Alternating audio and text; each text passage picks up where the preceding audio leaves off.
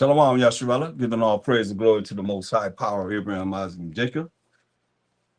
Been a pretty spiritual week for me and others that's been tuned in. I hope everything's going great with everyone out there. You can only do what you can do. You do it the best you can in the spirit of the Most High. That's all we can do. Keep it moving, right? To the kingdom. All praise and glory to the Most High. As always, I'm running a little late. I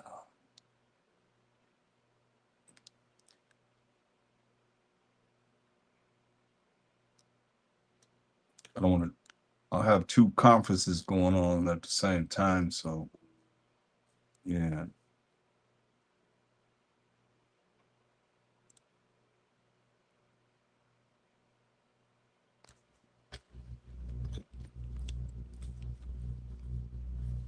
Yeah, so. And Tawada for joining me. Oh man, this thing is tripping.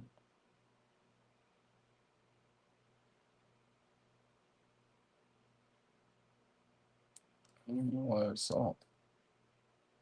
Can I be heard on the conference call?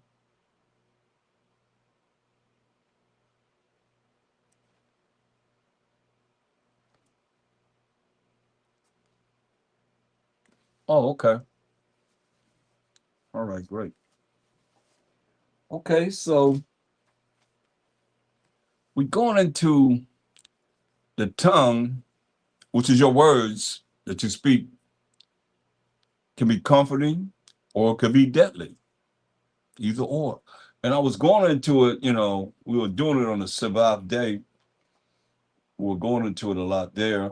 I just want to, continue a little on this because it's very important that we look at our words, because our words have power. And the things that we say, things that we do, because everything comes from a thought to your speech to an action where you're doing something, or it comes from you thinking something and then you act upon it. But generally, a lot of words be spoken, whether it's the right words or the wrong words, but a lot of words be spoken. And us, living our lives daily, and we have to communicate. The only way to communicate is through words. No other way to communicate but through words. So that's why we're looking at, the tongue being comforting or deadly. As always, I'm going to start with Colossians 3:17, and whatsoever you do in word or deed, do all by Shama Mashiach Yahushai, giving thanks to the Most High and the Father by Shama Mashiach Yahushai. And that's saying in the name of the anointed Savior in Lashon Kodash, or the ancient Hebrew. Everything that we say is going to be in the name of the anointed Savior, or Mashiach Yahushai.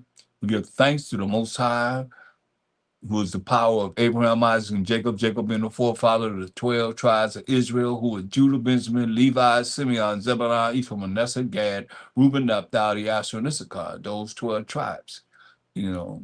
That's identified in Revelations 4-8, the last book set of Bible. 12,000 from each of those tribes. You look at, going to be 12 gates. Each of the names of the 12 tribes of Israel on each one of those gates in the kingdom, with an angel guarding the gate to make sure if you're not of that tribe, you ain't going through that particular gate, ruling as 144,000, 12,000 from each of the tribes of Israel. Each tribe having its own gate to go through. So how do you put anybody else in those gates if it's only the 12 tribes of Israel's names on the gates?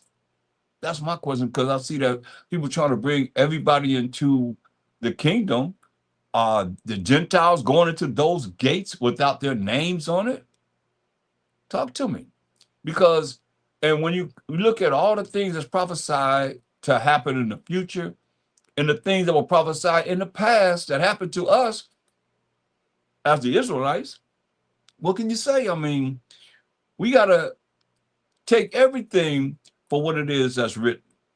We have to endure. Everybody else got to endure. The judgment that was put upon us as the Israelites, we had to endure it. Our forefathers had to endure that. And we enduring it right now for the things that we can see that's happening right now and the things to come. You see? That's why we have to have a relationship with the Most High while Mashiach Yahushua to get through the times that's coming and the times that's here. For that matter, we're going to look at, like I said, we thank the Most High power of Abraham, Isaac, and Jacob for everything. He's worthy to be praised for everything. And I'm not saying all praises either. All praises to who? I'm saying all praises to the Most High. All praise to the Most High. All praise to the Most High. All praise to the Most High. Period. Y'all better learn to say that. Or prove me wrong. Tell me that. Tell me that you don't have to. But y'all saying other things, man. That's not cool. All praises and APTTMH and y'all bunch of robots and robotees. That's all I can say. Tell me you're not. Somebody started that and y'all still doing it until this day. We're going into it because Masha Shaq talked about certain things. Do y'all realize, do you ever think about the Most High? I'm not talking about what he can do for you. I'm talking about, do you ever think about him and how he feel and how we make him feel, how we make him feel? Things that we do. You ever thought about, like he said in Hosea 5:15, he said, I'm going to go to my place until we acknowledge our offense. When I went into that breakdown, that's like, it changed me. Because when I went to that breakdown, it was like, when I got to until we acknowledge our offense, I can't say it enough. It moved me. It was like, man, we, including me and everybody else, done them wrong. And still doing them wrong. And got to the point where I seen in 1 Corinthians 15:24 down, said he's not going to be accepted until he put all of Mashiach Messiah's enemies under his footstool. Then he going to be accepted. Because he said, you think about it, even in this covenant that y'all be talking about, the covenant is already here, this and the third. It said we ain't going to teach every man his neighbor of the Most High, because everybody going to know him from the least to the greatest. That's not happening now. You ask people to open up the Bible and just show me the Most High. Nothing to do with Israel, nothing to do with any nations, nothing to do with any people. Just show me or show us the Most High by himself. See? That offends people. People leave. That's why I say people don't love him like they should. He said, until we acknowledge our offense and seek his face. Because he turned his face away from us. Because it's just like I'm saying, who really care? And I don't care about the popularity, all that crap, man. I don't care about none of that. When it comes down to what we got to deal with him spiritually. As a people, we're talking about getting out of here, and we don't regress to just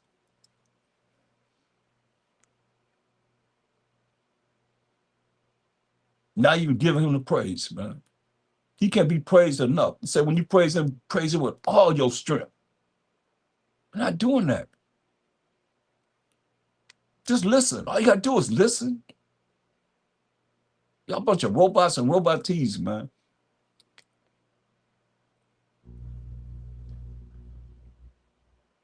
Proverbs 19:21.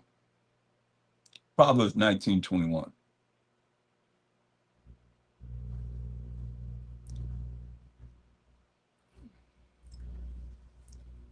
There are many devices in a man's heart.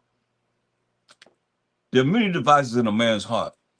So it's one example of how you look at this. And if you don't really know precepts, then you'll say there's many devices in a man's heart that's pumping blood to all the vessels of your body. Think about it. Because that's someone of the world. What would they know? They wouldn't know what that's saying. What do they say? What do they give you whenever to really define what it's saying as far as many devices in a man's heart? What do they take you to define what that means? Because the heart just beating, pumping blood to all the vessels in your body, right? The members of your body, right? But what are they talking about? How would you know this if you in Crispin Insanity? They always have something to say whenever you deal with someone that's in Crispin Insanity, but to actually understand the Bible, it can answer itself. And as much as possible, you have to allow the Bible to answer itself. So what is the heart? Mark 7:21 defines what the heart is that he's talking about. For from within, out of the heart of men proceed evil thoughts. You see? And we'll come back to that. But when it says your heart, it's talking about your mind, the way you think. Because the way you think is the way you speak. The way you speak is the way you're going to act. Right? So going back to Proverbs 19:21, see, there are many devices in a man's heart, in a man's mind. There's many devices in the way a man think, or a woman, that thou may have, nevertheless, the counsel of the Most High, that shall stand. You see? The counsel of the Most High, that shall stand. But when you look at it, he already told you back here in the very first chapter, he said the counsel of the Most High, that's going to stand. But a lot of you look at when the book is open, okay, you can listen to me or whoever it is that's a teacher. And then once the book is closed, now we're all on the same page, but we're not. The counsel of the Most High, are you giving it? You represent the counsel of the Most High through his word in his Bible. Precept upon precept, precept upon precept, line upon line, here a little, there, for whatever topic that it is that you got to deal with in counseling. He's saying the counsel of the Most High. I mean, you got to be able to solve whatever it is from your intellect of knowing these scriptures. And it says in Proverbs 1 and 24, it says, because I have called and ye refused. I have stretched out my hand, and no man regard it. So when the Most High stretched out his hand, remember the counsel of the Most High gonna stand. He stretched out his hand. Whose hand? These are the questions and answers you should have. You should already be knowing. If you're in my class, you should already know this. Those that are not, you learn and you'll be able to define these words through the Bible yourself, through the precepts. So what is the Most High's hand? Clear as day. And I like scriptures that just be bam, right to the point. Like I said here, Psalm 17 and 14. Psalm 17 and 14. Because he said, he has stretched forth his hand, and no man regarded it. That's how I kind of feel, like the Most High, having me in the spirit to say certain things, and it's to the nation, it's to the leaders. If you're not a leader, tell your leader to look at it. I say that all the time. You're not a leader, I'm mainly talking to the leaders, because all they got to do is look at it and say, okay, well, they just make the change. That's it. Simple as that. Psalm 17, 14. Spiritually, I'm talking. Because we're going to end up dealing with us in the flesh with the Most High. Period. That's how it's going to be. That's going to be the debate. Us with the Most High. Psalm 17:14. From men which are thy hand, O Most High. From men of the world, which have their portion in this life. You see? So men are the hand of the Most High, right? So now when you go back and look at Proverbs 1:24, it's because I have called, he said, and you refuse. People refuse to hear this, but yet it's still, it takes time sometimes. That's why I have a lot of patience. Well, some people might not have that much patience. I have patience. I might sound like a sound, but I really have patience, because I know a lot of things that came about that, through the Spirit of the Most High that came through me. It took time, but eventually Israel, they caught on, you know. And it says, because I have called and you refused, I have stretched out my hand was the men, and no man regarded. He stretched out his hand through men, no man regarded. He say, but ye have said it not, all my counsel. And he says, counsel gonna stand. This counsel gonna stand. I don't care how you look at it. That's why you probably ain't coming at me and saying this, that, and the thing about all praises and APTTMH and AP and TMH, you know what I mean? All these different things, initials. Really, most I look at you as an initial. Huh?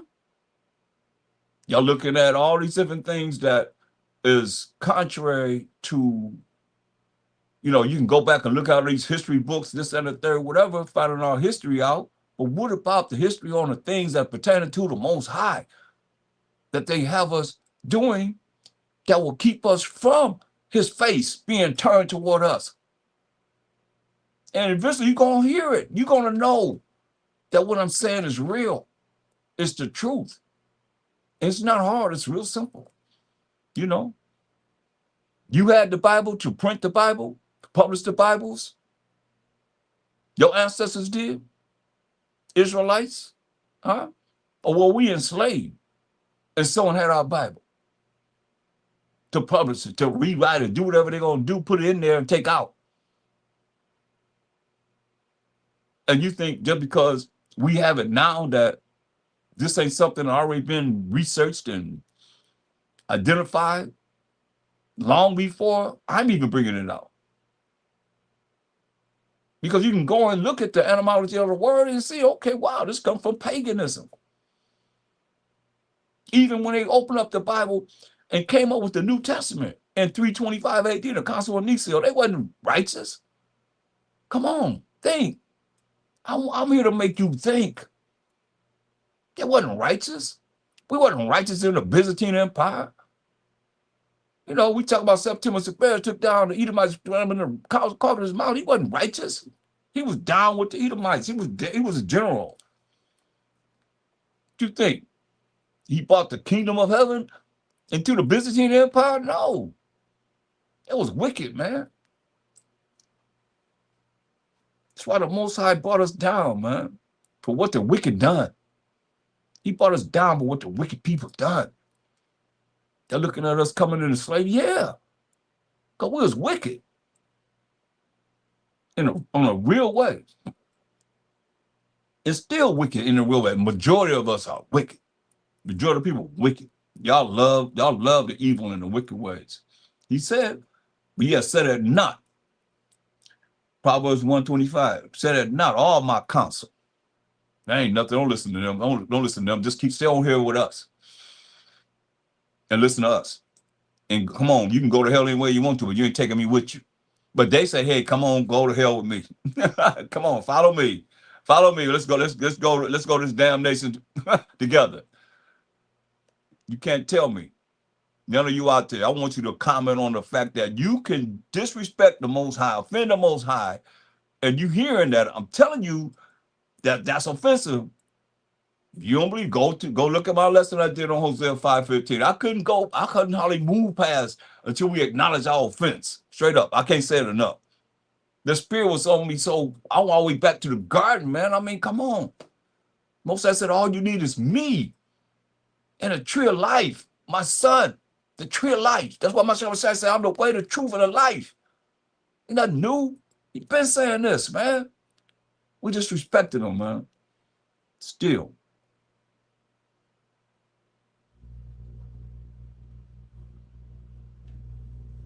Proverbs 125, but ye have said it not, nothing, all my counsel. This counsel gonna stand, y'all. And with none of my reproof. I mean, what do you gotta do to you?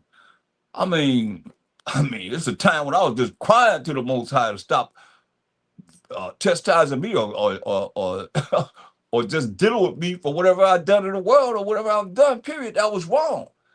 Like car accidents, accident after that. Man, it was like, man, I say, man, I can't take no more steal and steal and steal. Man, that's painful. Hey, gave me a break. All praise to the Most High. That's why I'm going to praise the Most High. All the miracles I see him doing. He said, also will laugh at your calamity. You hear that? That's the Most High saying that. Y'all want to know about the Most High? That I is the Most High. You want to say? I, that's the Most High, also will laugh at your calamity. I will mock when your fear cometh, because you can't fear the Most High. You can't be afraid or scared of him to call him an initial. I mean, I see paragraph after paragraph, words after words after words, and they say APTTMH. Come on. Your words bring comfort, or they can be deadly. We talking about the Most High, y'all. He said, I also will mock. He said, I also will laugh at your calamity. I will mock when your fear cometh. Because y'all don't fear the Most High. You're not afraid and scared of the Most High. If you were, then you would make sure that you be saying all praise to the Most High. You be afraid not to say it. Man, I'm afraid not to say it. Come on. You really scared of the Most High.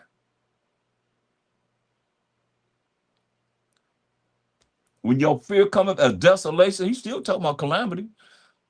Tearing your butt up. Calamity, desolation. You know, destruction comes as a whirlwind, like a tornado, like a hurricane. Come on. You hear that? When distress and anguish come upon you, he got to do this to you for you to realize, man, don't take, look, I mean, the ultimate words that we could say, we have distracted. I say we because I'm part of Israel, but I'm not doing it, but people are doing it. Distracted his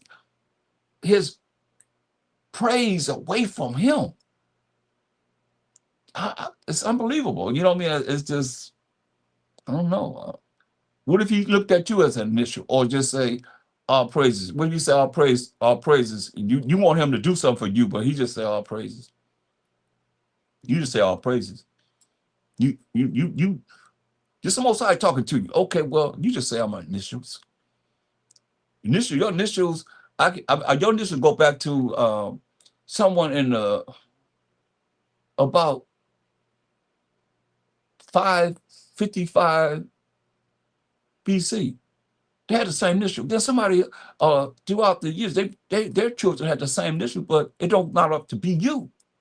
But you're just an initial. That's an initial. What? Who is this? Who is this initial? Who this initial? CPR. See what? CTPR. Okay. Well, who is that? Who is this in time past from the beginning of the world to now? You just initial. CPR. That's it. You know.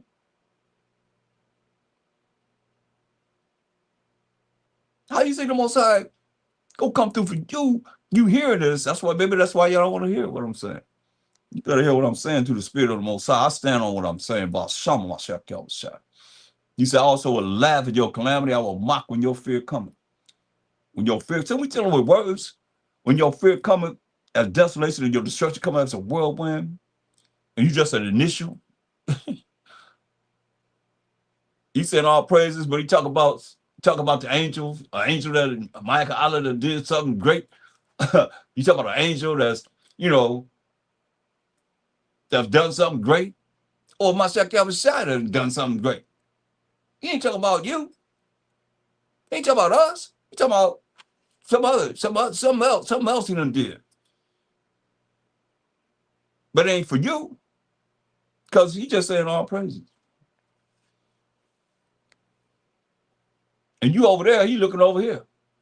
You over there though, he looking over here. Do we ever look that way? I mean, how's he gonna look that way when you doing? And he dealing with, man, and you can't praise him enough, man. I know that. Your words praising him. You want to be confident? Tell me, praise the Most High. All praise to the Most High is worse than saying all praises. APTTMH. Initials. Before the Most High. Go before the throne of the Most High and say, I can do it. And you got to accept it. Because I've been doing it and you have to accept that. And you got everybody else doing it. No. Come on, man. We got to change, man. That's why myself I say we got to be born again. Y'all got to stop being some spiritual puppets, man. Come on. Y'all got to change, man. It's the last days, man. We talking about Armageddon. We talking about World War III. Man, you can't. And who you think gonna deliver us out of here? That's my question. Do what he said he's gonna do to you. When your fear cometh as desolation and your destruction cometh as a whirlwind, like a tornado, like a hurricane. When distress and anguish come upon you, then shall they call upon me. What you gonna say then? Then shall they call upon me. What you gonna be saying then? All praises. APTTMH. APTTMH. You can't even say all praise to the Most High. You gonna be saying that to him? Huh? TMH. Or whatever name you call him. He said, then shall they call upon me, but I will not answer. Think about it. He said, then shall they call upon me. When? Verse 27, when your fear cometh as desolation, you're going to be scared then. You ain't scared of the Most High now. Y'all ain't afraid of him. A lot of you probably don't know him. Y'all just know people. Y'all just know you're Israelite, this, that, and the third, whatever. And we got next. We going to have kingdom, this, that, and the third, whatever, whatever. What you going to do when you get in the kingdom, this, that, and the third, whatever, whatever. Man, you better. He say, when your fear cometh as desolation, you're going to fear the Most High. That's guaranteed. You're going to be afraid. You're going to be scared of him. He can thunder so loud, bust your eardrums, and you know it's his voice. And it's happened for a long time. You know it's him. You're going to say, AP teaching you all praises. What? You serious? And you know that's him.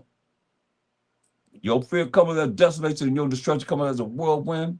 When the stress and anguish come upon you, then shall they call upon me. Then you're going to know how to call upon them. But I will not answer. That's scary right there. Because you ain't called upon them.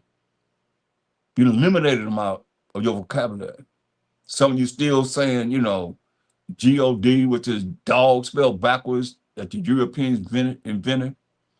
Germanic word, man, pagan from paganism. Their pagan gods are something that they can really see, that they called Gura or their God. That's where it comes from. They put it in the Bible. It's nothing but dogs spelled backwards. We call them dogs. I went over, you go back to Les Peters' lesson, I brought that out. Call them dogs. And they took dog and spelled it backwards, came up with God. Who thought of that? Who think like that? You know, it's like, I'm going to keep on doing what I'm doing, but you're going to find out. He said his counsel going to stand. His counsel going to stand. I stand on this with the fear of the Most High. Verse 28, then said they call upon me, but I will not answer. They shall seek me early, but they shall not find me.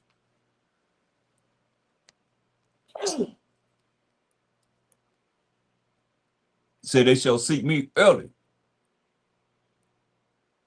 but they shall not find me. That's something, man.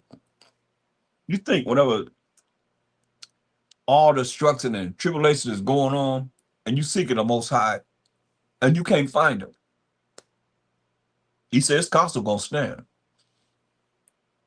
For that they hated knowledge. You know what he said? For that they hated knowledge and did not choose the fear of the Most High. This has been going on for some time. This ain't nothing new. It might be new to you that just hearing it for the first time, but it's not new to those that have been, listening and hearing what it is that the Spirit has brought forth for some time now. For that they hated knowledge and did not choose the fear of the Most High. Said they were none of my counsel. They despised all my reproof. And you gotta come with it. You gotta justify it. You can ignore it all you want to, but one day you're gonna have to give account. Trust and believe that. We all have to give an account. We know in part and prophesy in part. This part here, I stand on wholeheartedly. Straight up, the fear of the Most High, and the fact that you gotta acknowledge Him. And not to acknowledge Him, this is what He say gonna do to you. For that they hated knowledge and did not choose the fear of the Most High. Because you ain't afraid, you ain't scared of Him. And you ain't teaching people to be afraid and be scared of Him. They were none of my counsel. They despised all my reproof. Therefore, shall they eat of the fruit of their own way and be filled with their own devices. So He gonna deal with you. That's how He gonna deal with you. Go back to Proverbs 19. This is easy. This what I'm talking about is very easy. Looking at these words that they put in the Bible, especially Lord, meaning Baal. You can't stop saying that. Lord, meaning Baal. I mean, that's who we was worshiping. They had us worshiping that back big time, man, until this day. You can't say that. If it means, Baal, Lord means Baal. I mean, everybody mostly calling on that. They use that name. Proverbs 1:9, which is 19 and 21. Proverbs 19 and 21. There are many devices in a man's heart. There's many devices in a man's mind, the way the man thinks. Nevertheless, the counsel of the Most High shall stand. You hear that? The counsel of the Most High, that shall stand. You see? And we just read about one of the counsels of the Most High in praising Him. Shoot, let me read this to you. Considering, talk about praising Him. Can't get no clearer than this. Ecclesiasticus 43:29. The Most High is terrible. That's why you gotta fear Him. Why you gotta be afraid of Him? Say the Most High is terrible and very great and marvelous in His power. And that's what we want. That marvelous power that He has, which will give us spiritual power. When we glorify the Most High, exalt Him as much as you can. When you glorify the Most High, exalt Him as much as you can. For even yet will He far exceed. And when you exalt Him, put forth all your strength. You hear that? When you exalt the Most High, put forth all your strength. And be not weary, for ye can never go far enough. And all praise to the Most High. Some of myself go, sir. I better learn to praise the Most High. Or you're going to have to fulfill what He just said. In Proverbs 1:24 down. Better overstand this, man. Proverbs 1:22. The desire of a man is his kindness. And a poor man is better than a liar. Yeah. A poor man is better than a liar. Somebody that's lying. Telling lies. Say a poor man better than a liar. Go back to the law. Leviticus 19. Leviticus 19 and 10. Leviticus 19 and 10. Your words can be comforting. Your words, which is your tongue, can be deadly.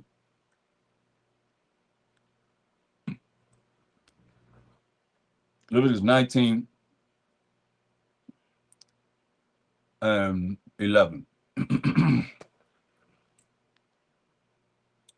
You shall not steal, neither deal falsely. Neither deal falsely. Conniving, maneuver on people, doing things that will um, be deceitful to your brother, your sister. Neither shall thou profane, neither lie one to another. Neither lie to one another. It's very important. That's the law. You shall not steal, neither deal falsely, deceitfully, neither lie one to another. You're supposed to be telling no lies, man. Very important because you look at Revelation 22 and 15, tell you about who's not going to be in the kingdom. Straight up. That's why I say you will remain the same or you're going to change. Revelation 22 and 15, but without the kingdom, that's what he's talking about, are dogs and sorcerers and whoremongers and murderers and idolaters and whosoever loveth and maketh a lie. Where you going to be at? Without.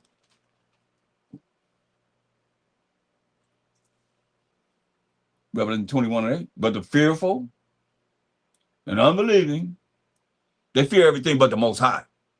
Understand this. They ain't talking about the fear of the Most High. They talking about the fearful, scared of everything. And unbelieving, you ain't got no faith in the Most High. And abominable, those that break the laws of the Most High. And murderers, those that's not a friend to his brother, hating on his brother. Those that actually commit murder unjustly. And whoremongers, those that jumping around from woman to woman, man to man. And sorcerer, witches, and idolaters, those that don't believe in the Most High, and all liars. Hear that? So when you lie, those are the words that come from your mouth, right? All liars shall have their part in the lake which burneth with fire and brimstone, which is the second death. You hear that? But the fearful and unbelieving, no faith, fear, scared of everything, but ain't scared of the Most High. Ain't not afraid of the Most High. And unbelieving, you don't have no faith in the Most High. That's what my Shabbat had told him. You go back to look at the beginning of these lessons, man. As I was dealing with this, I went through that, like Mark 11, 22 to 26. And the abominable, and murderers, and whoremongers, and sorcerers, and idolaters, and all liars. This is our topic right here. Shall have their part in the lake which burneth with fire and brimstone, which is the second death. Ephesians 4. That's your destiny. That's why it's about not being there. Hopefully, this will touch someone or share it with someone. Like, share. I don't get that many likes. Share and subscribe. And hit the hype button. That helps the algorithms too. Hit the hype button. That'll help the channel to more people to tune in too, because people need to hear this. Ephesians 4 and 22. That you put off concerning the former conversation. The old man. So if your conversation is just like as it's been, you call yourself being in the truth, and your conversation is just like it's always been, to someone knew you from a youth on or whatever, you know, a time when you call yourself coming into the truth and your conversation is still the same. So I say that you put off concerning the former conversation, the old man or the old woman, which is corrupt according to the deceitful lust. Think about it, corrupt. You know, that's serious because you're not really looking at being valid in the eyes of the Most High. You corrupt. You wasn't keeping no commandments. Some of you probably still don't keep the commandments. Don't you going over the laws, the moral laws, the civil laws, the dietary laws, the ceremonial laws, and even knowing about the sacrificial laws? You was corrupt. We were corrupt and not looking at, you ain't got to keep no laws. Think about the people in Christian insanity institutions that's institutionalized with insanity, how they really think. We not under the law, but we under grace. We don't have to do what you say, Most High. We don't have to follow what you say, Most High. But you got to do what we want you to do. You got to give us what we don't deserve to get. That's grace. I'm here to make you think. You praying to the Most High, but He's supposed to give you what you don't deserve to get. That's grace. And you praying to the Most High, that's your only connection with Him, because y'all don't know the Bible.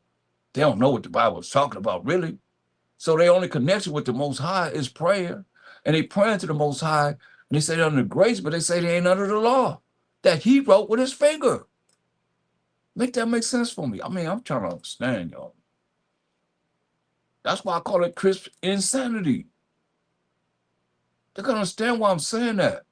It's not nothing you can really understand if you ain't really spiritual, because of the fact that you're going to be burnt crispy. And you've been insane, so you've been dealing with insanity. If you really think that the Most High gonna answer you, and you're saying that I don't have to do what you say do, Most High, but you got to do what I want you to do. When I ask you for something, you got to give me what I don't deserve to get. Think about it. You don't deserve to get it. That's real. We under the law, we're under grace. So you don't have to do what the Most High wrote with His finger, that worked out with the Most High, keeping His laws and commandments. And He tells you in 1 John 5:3 in the New Testament, what they supposed to believe in, that, but it's the love of the Most High that we keep His commandments. Commandments are not grievous. But they say, it's worse, man, comforting or deadly. They say we don't have to, I'm just putting it to you just how you saying it. So you realize, some of you might not, I know nobody breaking it down to you like that. Especially you go to these institutions and so forth that's got you all brain polluted. And not brainwashed, but brain polluted. My Shabbat said in St. John 15:3, now you are clean through the word that I speak unto you. And you don't understand the word. You don't see Him from the volume of the book that He's in. You know what I mean? It's like, I don't know, man. It's like, why are you saying, man? Corrupt. That's corrupt. That's really corrupt. According to the deceitful lust, man.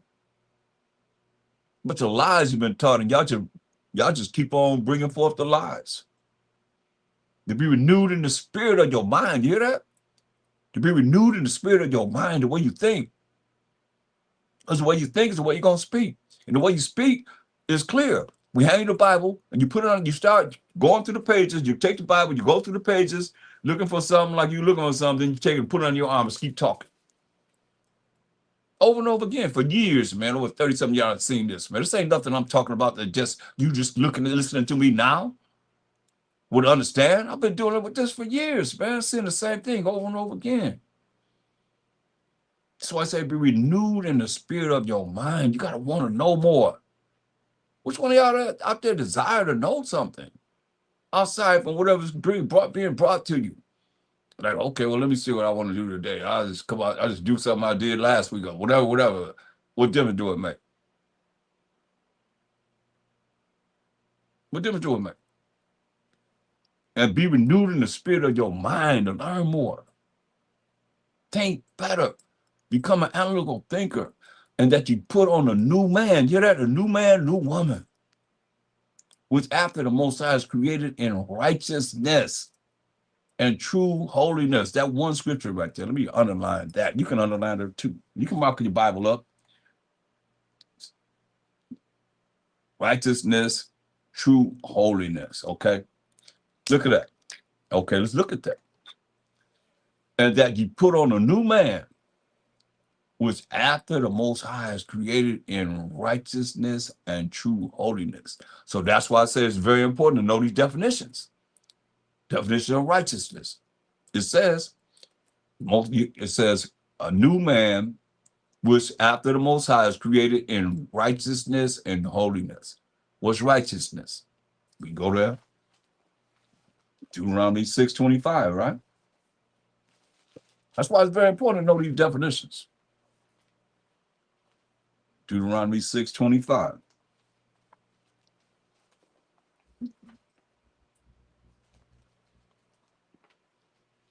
This define righteousness. It's this new man or this new woman in righteousness, right? In holiness. And it shall be our righteousness, Deuteronomy 6:25, defining righteousness, if we observe to do all these commandments before our power, the Most High, power of Abraham, Isaac, and Jacob, as he have commanded us. You see? So that's righteousness. What about holiness? We go to all praise to the Most High. Romans 7:12. Wherefore the law is holy. Those are laws that the Most High wrote. And the commandment holy. Those are commandments that the Most High wrote. And just and good, right? Look, Deuteronomy 9:10. Deuteronomy 9:10.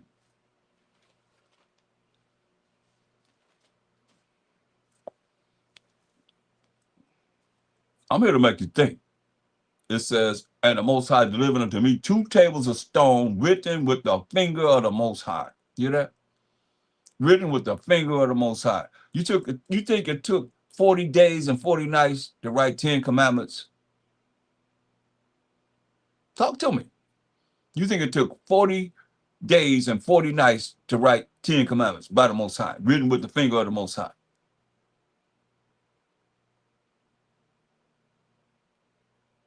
40 days and 40 nights to write 10 commandments. Are y'all serious, man? Come on. And the Most High delivered unto me 2 tables of stone written with the finger of the Most High.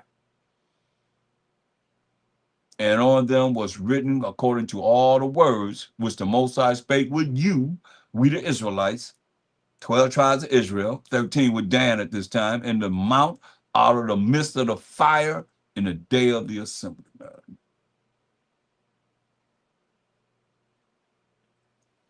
So you see it written with the finger of the Most High. Going back to Ephesians 4:24, and that you put on a new man, talking to we the Israelites, we in the land of Ephesus, calling ourselves Ephesians, and that you put on a new man, which after the Most High is created in righteousness and true holiness. And we just read, come on, what's righteousness and what's holy? Keeping of the Most High's commandments. Simple as that. Wherefore putting away what? Lying. So the lie got to come from your mouth, your words. Say, put away lying. Speak every man truth with his neighbor. Tell the truth with his neighbor that are Israelites. But we are members one of another. You know, we members one of another. We got to tell the truth to each other. Wherefore putting away lying. Remember we read, ain't no liars going to the kingdom. You'll be outside the kingdom. You'll be thrown in a lake of fire with brimstone, fire, crispy. That's why I call y'all crispy insanity, man. Man, if it was me and I was there, I'd be wanting to know, man. Why I'm here where I'm at now, because I wanted to know. I really desired to know. And I found out what this Bible is talking about. Wherefore, putting away lying, speak every man truth with his neighbor. Tell the truth, which is contrary to being a lie. Tell the truth. But we are members one of another. We're not members one of another. There's no other nation, are we? I'm not. You are? I mean, when the last time Ammonite came and ate dinner with you? Moabite? What about Edomite? Huh? Hamites? Huh? Talk to me. But see, when it comes down to the Bible, obviously y'all want to put everybody in there, but what's the reality? Hmm? It's still a reality. I don't think so. Edomite came and just boom, boom, boom. Who's that? Your Edomite friend. Just or you went to the Edomite house and every time you needed something, whatever, go there and eat, whatever. And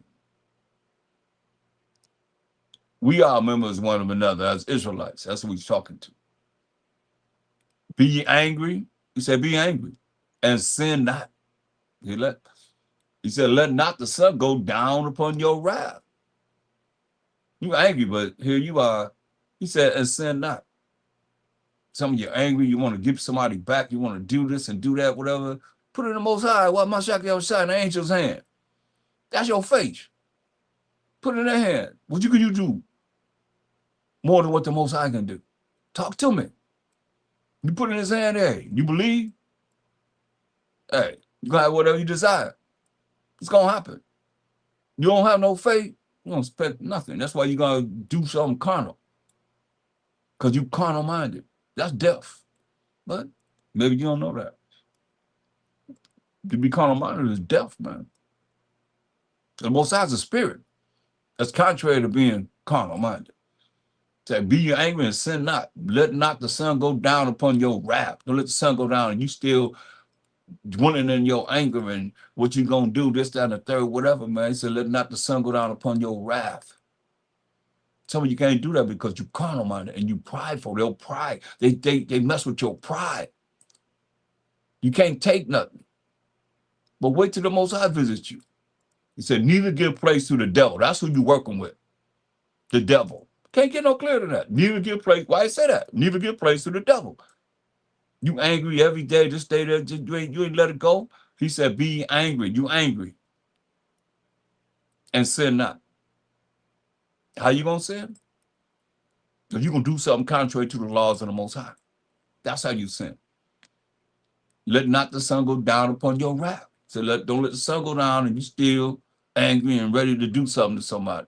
What's that gonna do something to you? Man, I have too many case scenarios. I'll get ready to do some real bad things, man. The Most High almost blew my head off, man. I'm gonna took my head off, man. I mean, I too many scenarios, man. Like angry, just going to deal with something. Let the Most High handle it. I had to learn that. I was in the world though. He said, neither give place to the devil. Don't give place to the devil. That's what you do. You give him place. You call him up. You know why? Because you gotta understand that's clear right here. Okay, you why you saying don't let the sun go down upon your wrath, right? Because you sitting there angry in the daytime.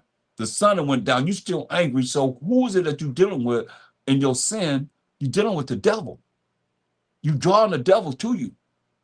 You have pushed the Most High and the Mashiach ever side, the holy angels away from you, and now you calling the devil, come on, be with me. He loved that. That's his job. Be the left-hand side. Why does happen? Why does it? Because you drawing the devil to you. That's why I said neither give praise to the devil. That's what you're doing.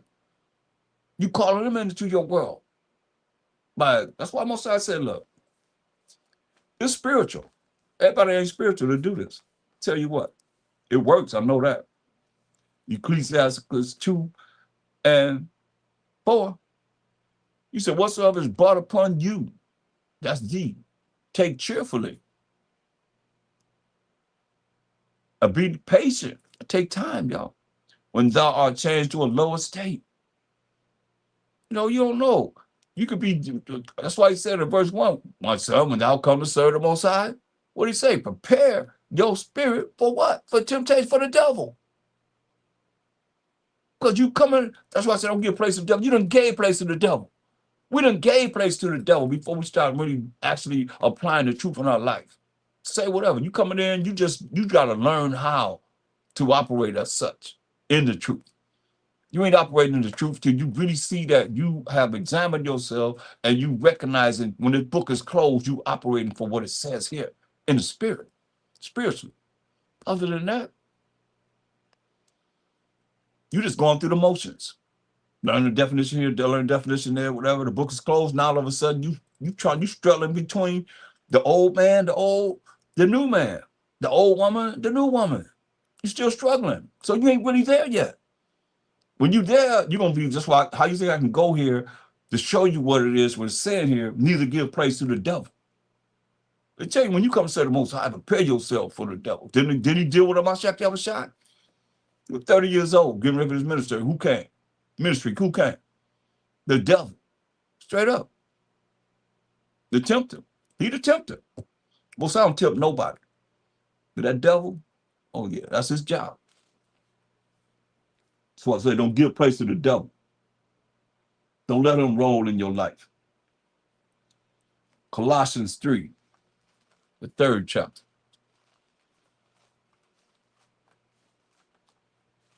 Don't let him give place to the devil. That's why your mind, and when you start looking at all, and then some of you, if you're looking at, who are you around? Are you around people that's really vibing in the truth? You're not around necessarily like your job is to prepare. You got to prepare all that negative, all the stuff that they're dealing with away from you to be able to come back into your own world of the truth. Especially because it's like a lonely place if you just out here by yourself. Where a lot of us are, we dealing with the truth. That's why I stand this word, stay studying. You got too many things that you can actually occupy your mind in this truth that say you're bored. You should never be bored. It's too much to learn. You can sit down and take one of my videos and just go through all these scriptures and hours and hours and hours of all these precepts and write it down and what's being said with it. Learn how to do something, man. Take your time away from this world, man. Straight up. Pray, fast, pray, do the things you're supposed to be doing, but stay in this word, topic after topic, subject matter after subject matter. Come on. I know I got at least 7,000 videos. Only way is 7,000 good. Probably more than that. Between all the time you go through all of that, and you ain't got nothing to do. Are you serious? There's no excuse. That when my shop say come back and y'all say I didn't have time, this, that, and the third. Man, we went to work and we still have to come to school. I don't give a damn what time you work. School's open 24/7. You went to work, get off work, you go to school, get some lesson, get some word in your mind, you go home, sleep, whatever, come back and deal. Come on, man. For years and years and years. So I can't relate. Man. Where your sacrifice at? Y'all too lazy to sacrifice. And you don't want to do what you're supposed to be doing, man. How you gonna meet the Most High and say, my show's like, I ain't have time. Different, more important. That's what you're saying. Colossians 3:8. But now, Colossians 3:8. But now, right now, he also put all these. Put these off. Anger, wrath, malice, blasphemy, filthy communication out of your mouth. You hear that? Put these away from you. What do you need this for? Why you gotta be angry? And brothers say, surely oppressing make a wise man mad. You ain't oppressed. If you're on the internet, you got a phone, you got a house, or wherever you living at, you got clothes, you got food. How you oppressed? You driving around, man. How you oppressed? Surely oppression make a wise man mad. You ain't oppressed. Prove to me you oppressed. You ain't oppressed, man. But now, he also put all these anger, wrath, malice, blasphemy, filthy communication out of your mouth, man. Filthy communication. The other time you say something that's just filthy. sound filthy McNasty. Filthy mouth. You know, just lie not one to another. There it is. Don't lie to no one. Don't be lying to each other, man. Seeing that ye have put off the old man. See, that's the old man in the old world. Your old worlds, man. You change it. With his deeds, the actions that you've done. First thing he said, well, what? Lie not one to another. Right? So if you was a liar in the past, some of you were big liars, you know. Trying to come up this way. Some of you men was lying to women, women lying to men. I just seen a terrible case scenario. Man and this lady, he was walking with he's walking with his little girl that he thought 6 years old with a pizza and whatever he had in his hand. And when he seen her mother, he was like,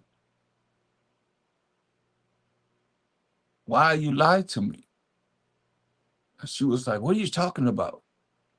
And shalom, everyone. Welcome, welcome, welcome, welcome. You know, he said, why you lied to me? He said, I had a DNA test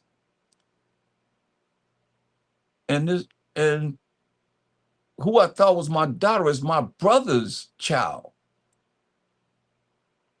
I said, wow, you slept with my brother and you put it off on me? She was like, oh, it just happened one time. Put her hand over her face and still trying to save face with him.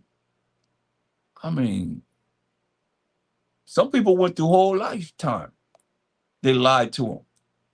They thought, you know, that someone was their father or mother, either or.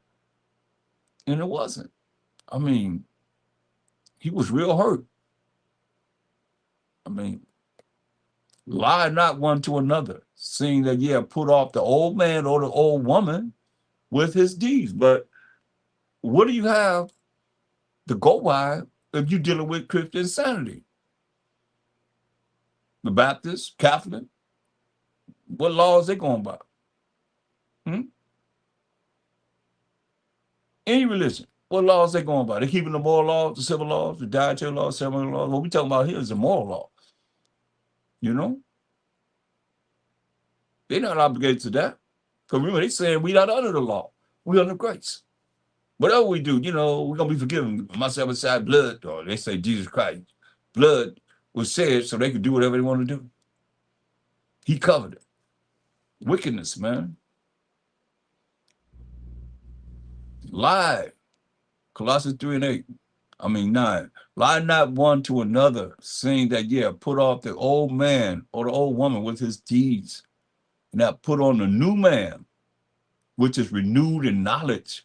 And knowledge is the gathering of the right information or the gathering of the wrong information, the right hand or the left hand. You know, a lot of you just stuck on the right hand. Y'all done this like Crispin Sander yourself. There's a left hand that people are really operating in that's come from worshiping the devil. Church of Satan, that side over there, that's accepted in America as a religion. They operate. They rolling big time. Big time. That's why I said, verse 10, and I put on a new man, which is renewed in knowledge, after the image of him that created him, after the image of him that created us, all of us. And that's real. We have to change, be born again, and as you change, remain the same. You're accountable.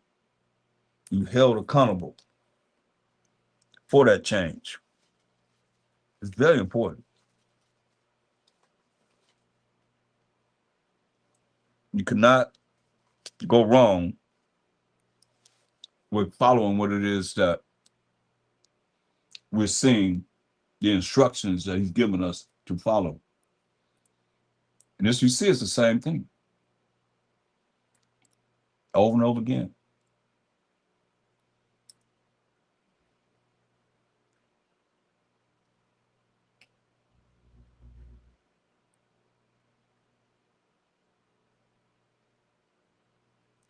Verse 12, it says, put on therefore as the elect of the Most High, holy and beloved, bowels of mercies. Mercy is not getting something you do deserve to get. So that's bowels of mercies, not giving someone what they deserve to get many times. Kindness, humbleness of mind, meaning you're not prideful. You got to be humble.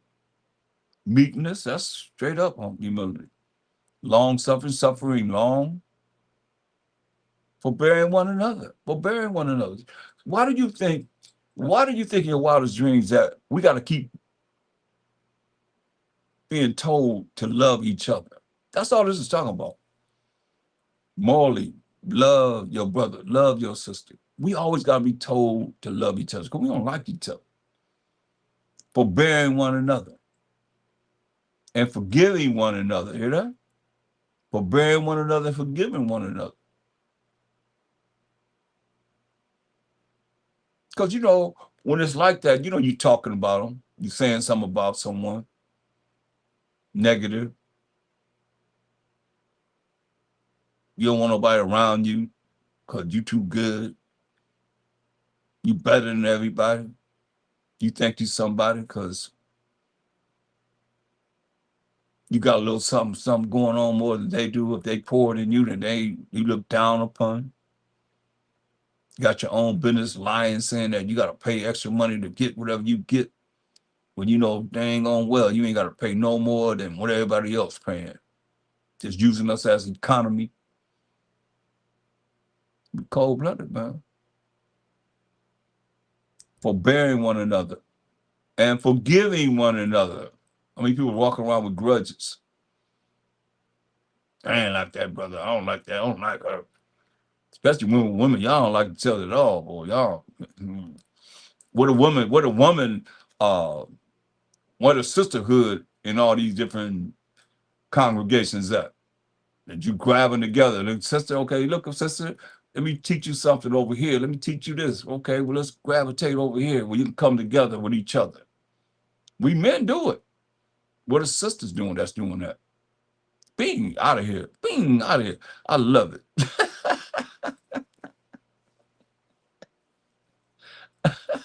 People might think I can see them. Why they bing, oh, they're going to point me out. Look, forbearing one another and forgiving one another. I mean, that's the law, y'all. I'm going to show you that.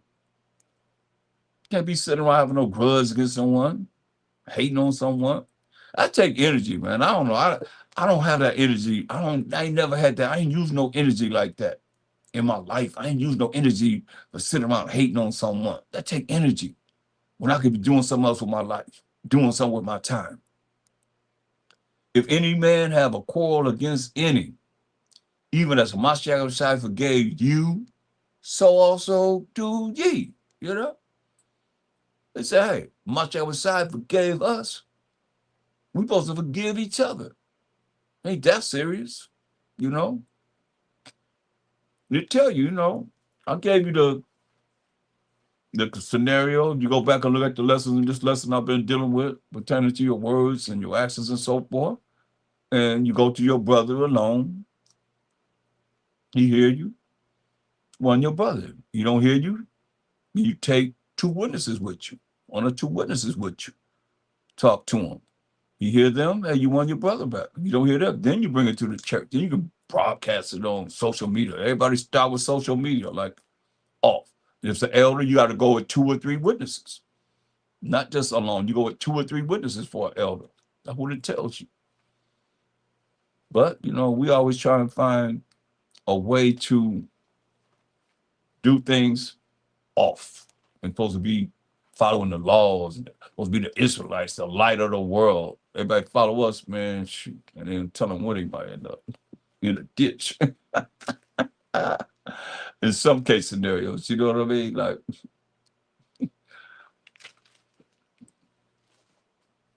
look at Leviticus 19th chapter. In the law.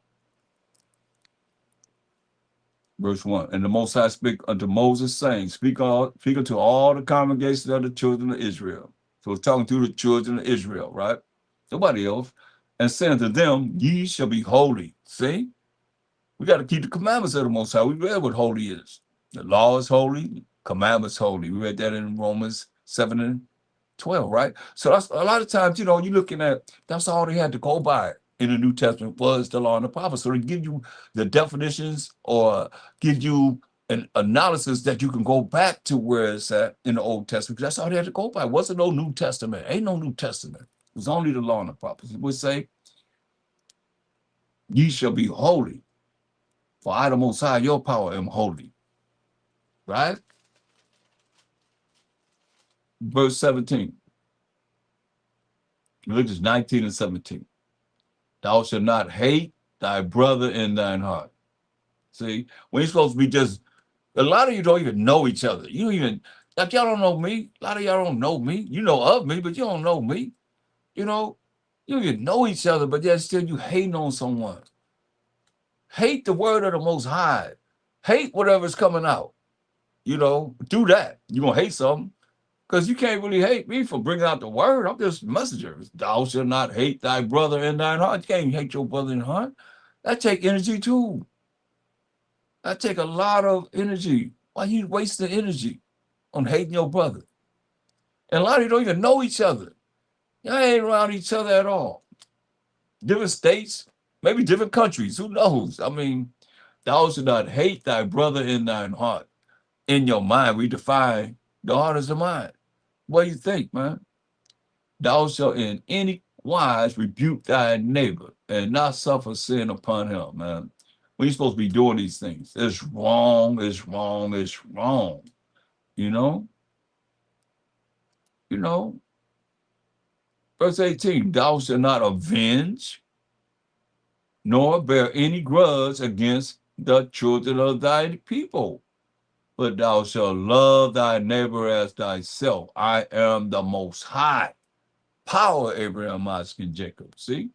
We got to love our neighbor as an Israelite. He was talking to the Israelites now. He ain't talking to everybody. We ain't supposed to be loving everybody. He didn't say we got to love everybody.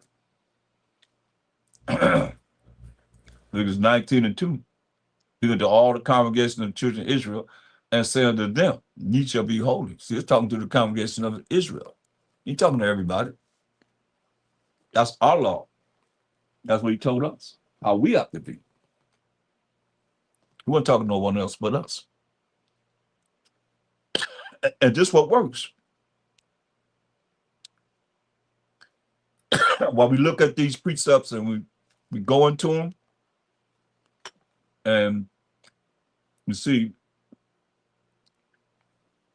it works. Colossians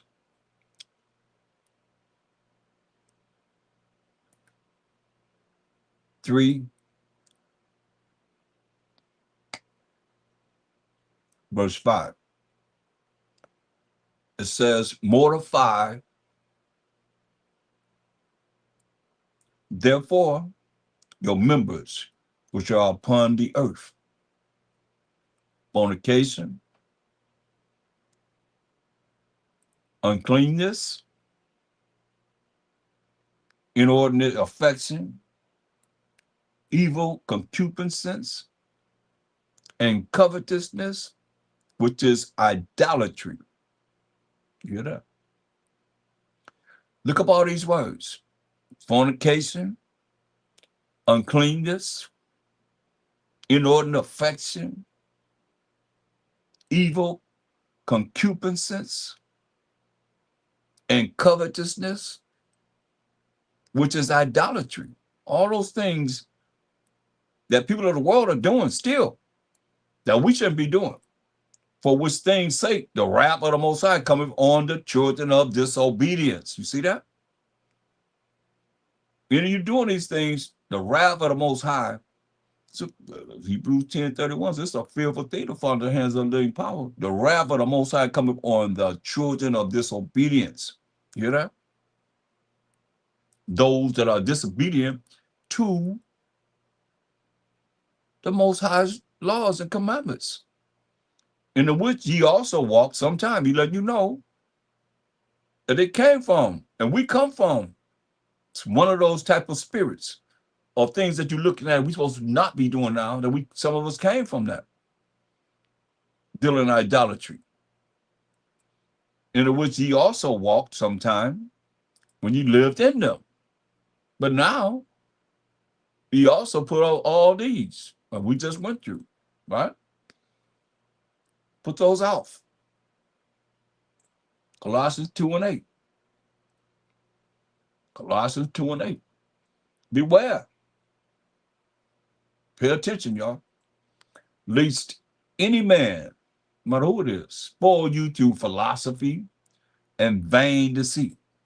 Vain, worthless deceit, worthless lies.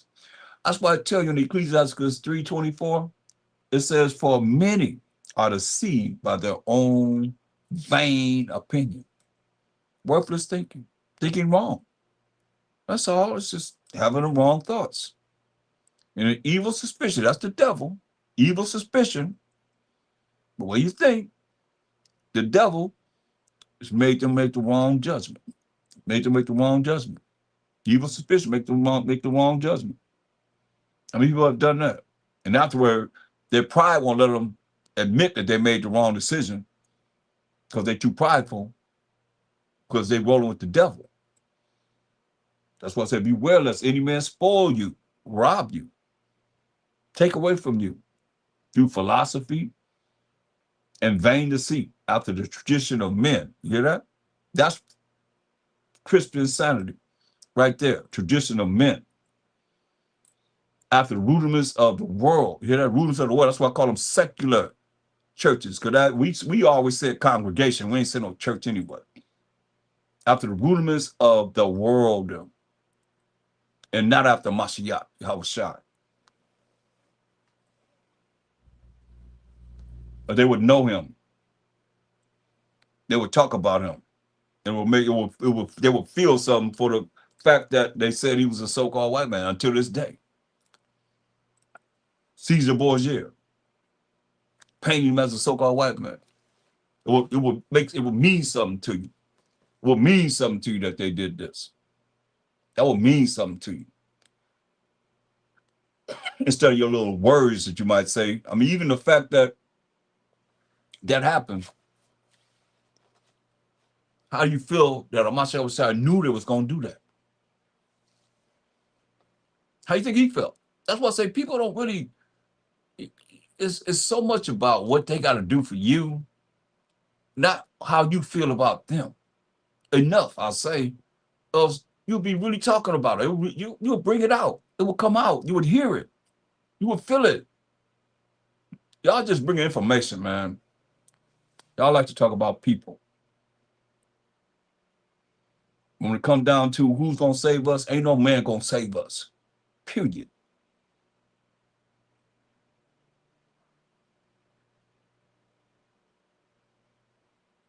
That's why I said, man, beware. Better pay attention. Better put your guard up. Romans, the 12th chapter. I was going to 2. I want to read verse 1. I want you to think about this, because no matter what you're going through, no matter what you're dealing with, something more important than the Most High, something more important than the Mashiach Yahushua. Look what it says. I beseech you therefore, Romans 12 and 1. I beseech you therefore, brethren. So he's not talking to everybody. He's talking about, because you tell you who's his brother. That's who he is. Told you who he was in Romans 11 and 1. I say then, it's Paul. Had the Most High cast away his people? Most High forbid. For I also am an Israelite. That's Paul. Of the seed of Abraham, of the tribe of Benjamin. The Most High has not cast away his people, which he foreknew of the past. So when he say brother, he's talking to the Israelites. Romans 12 and 1. I beseech you therefore, brethren, Israelites. Because look, Romans talking to the Israelites. Romans 1 and 7. To all that be in Rome, be loved of the Most High. Okay? Who to be loved of the Most High? What scripture says and defines who to be loved of the Most High is.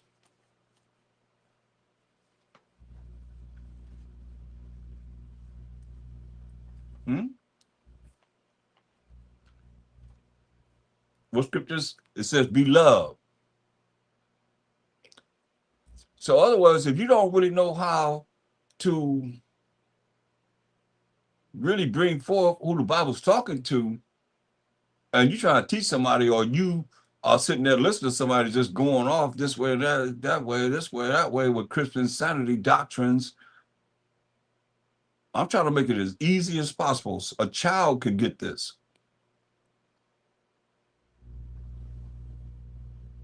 So a little child could get this. That's how it's supposed to be.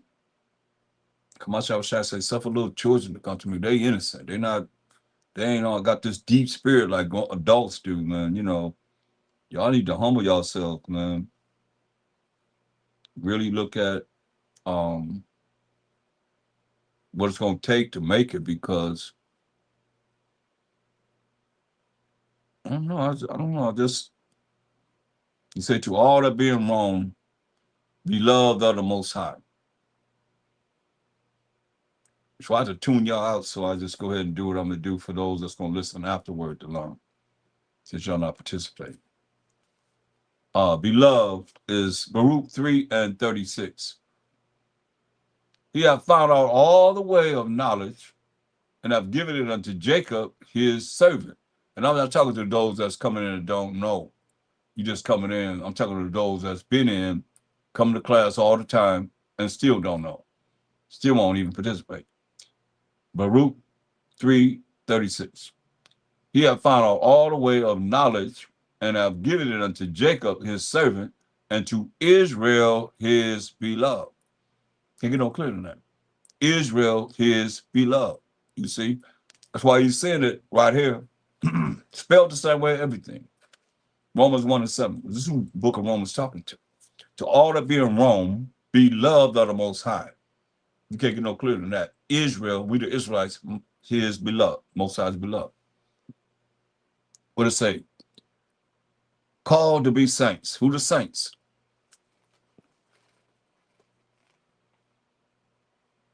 Psalm 148:14. Psalm 148:14 defines who the saints are. He also exalted the horn, which is the power, like the bull's horn, the ram's horn. He also exalted the horn, the power of his people, the praise of all his saints. And the definition of the saints right here, even of the children of Israel. Hear that? Who the saints? Even of the children of Israel. Who are we? A people near unto the Most High. Praise ye the Most High. Praise the Most High.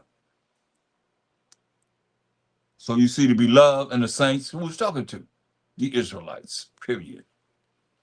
Going back to Romans 12:1. It's very important, because you got to look at how is it that you fit into this. There's more than just sitting up here, write down some precepts, and then now you going to the kingdom, man. You got to understand. Look what he said. Romans 12:1. This is what he said. It's serious. He said, I beseech you therefore, brethren, Israelites, brethren, by the mercies of the Most High. Mercy is not getting something you do deserve to get. Many a times, he's given us mercies, that you present your bodies a living sacrifice. So our bodies have to be made a living sacrifice. You got to give something up. Holy. We know holy is defined where? Romans 7:12. We've defined that earlier. The law is holy, commandment holy, and just and good. Acceptable unto the Most High, which is your reasonable service. See that? Your reasonable service. You got to sacrifice. You got to give up something. You might want to do something's going on here. I don't have to give up a lot, man.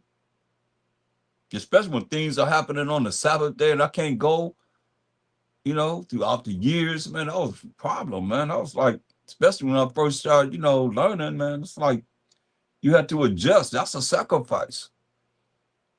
Everybody come together. You can't go because you got to be dealing, you're on a mission of what you got to deal with and being where you at. Some of you just learning this now, man. You know what I mean? Come on. He said, hey, present your bodies a living sacrifice, man. Holy. You're going to keep the commandments of the Most High. You know, keep his Sabbath day holy. Being a word of the Most High on the Sabbath day. Acceptable to the Most High. You think that is acceptable to the Most High? And you sacrificing, you just in that word on the Sabbath day? You better understand. Acceptable to the Most High. You think that is, that's acceptable to the Most High, which is your reasonable service. I ain't say no big deal to the Most High. Isaiah 58:13. Y'all better understand. And when you know, and you, I mean, that's why I say you're going to be beat with many stripes, man. Some of you ain't been beat enough, man. You know what he's saying, man. Well, you've been beat, and you've been beat, and you've been suffering, and suffering, and suffering when everybody else is suffering, and it bothers you, it hurts you. You know, you're going to want to do what's right. Isaiah, when the book is closed, Isaiah 58:13 and 14, you better hear this.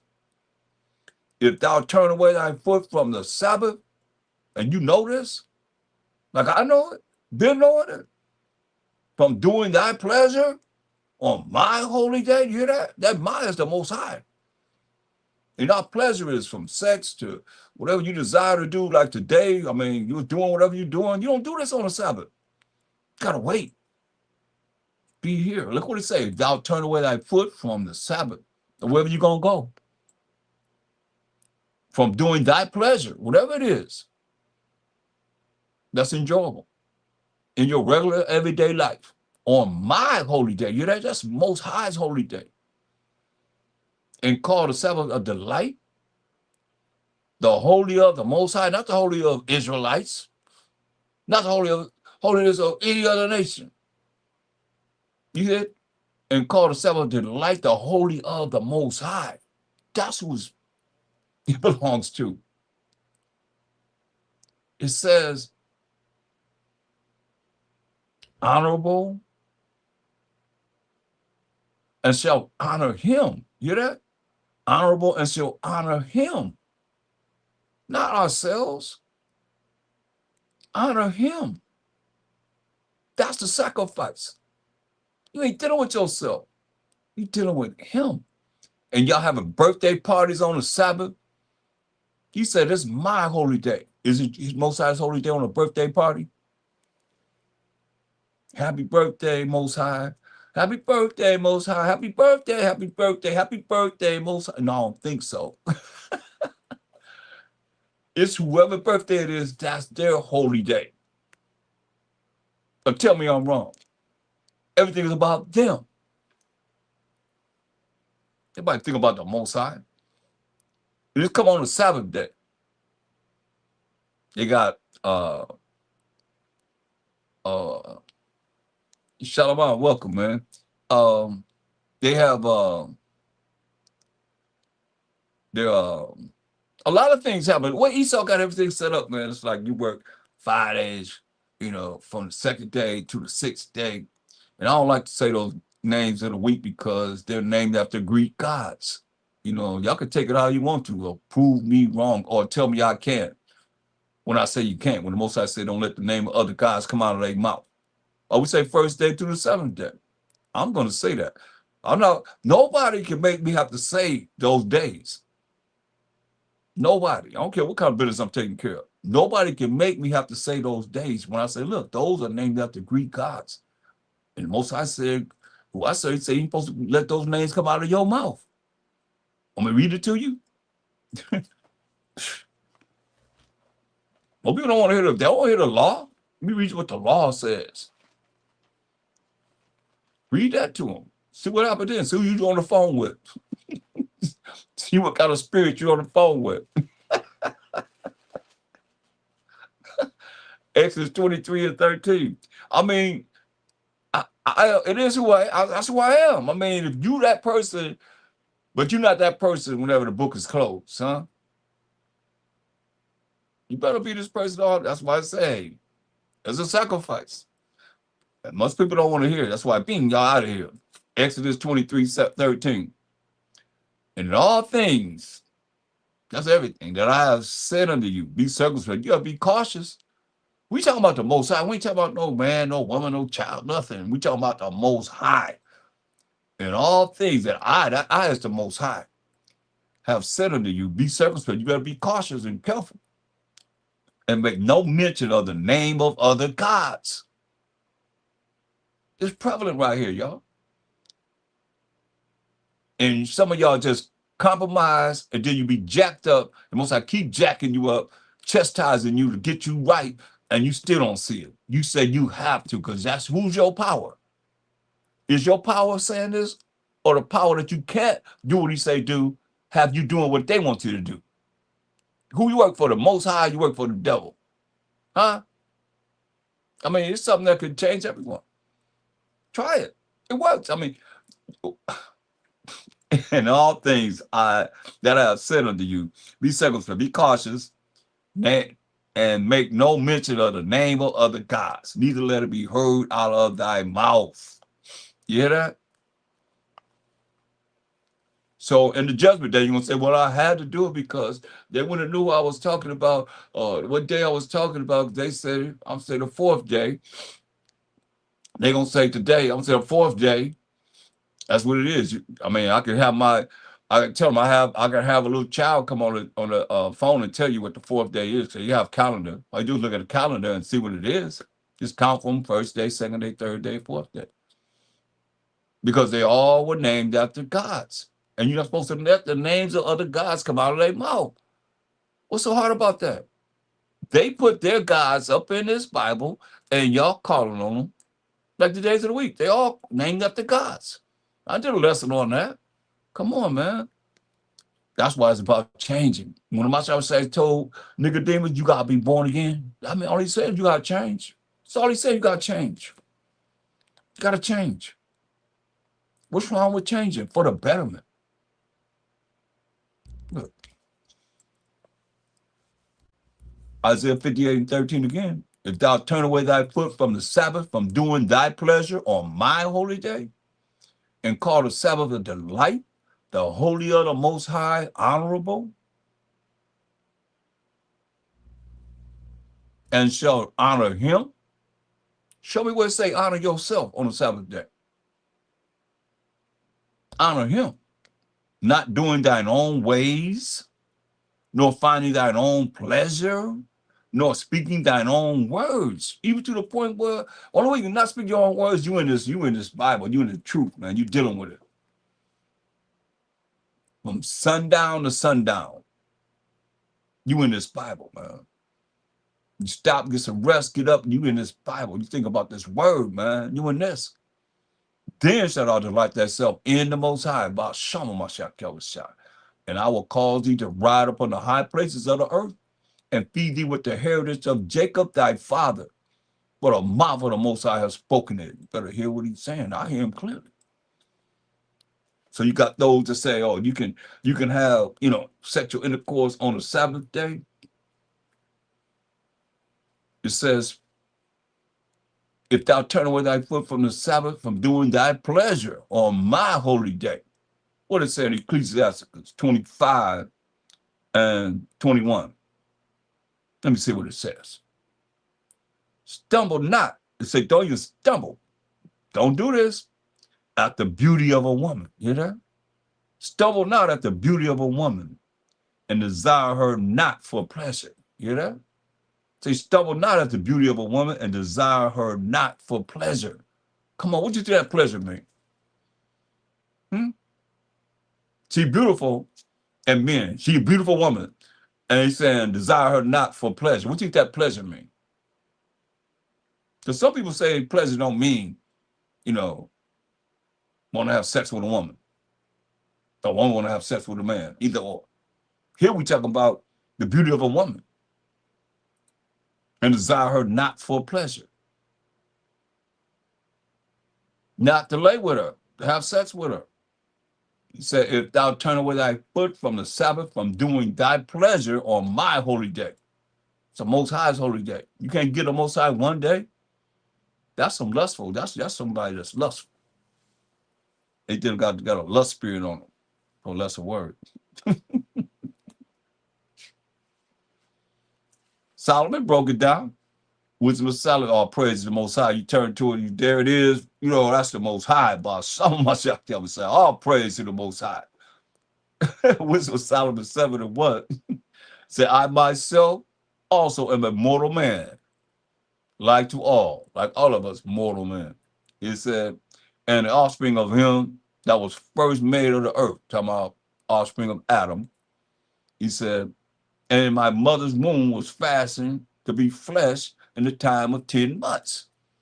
You know, being created in his mother's womb for 10 months, being compacted in blood of the seed of man, the compilation, sperm of man, and the pleasure, they go pleasure right there, that came with sleep.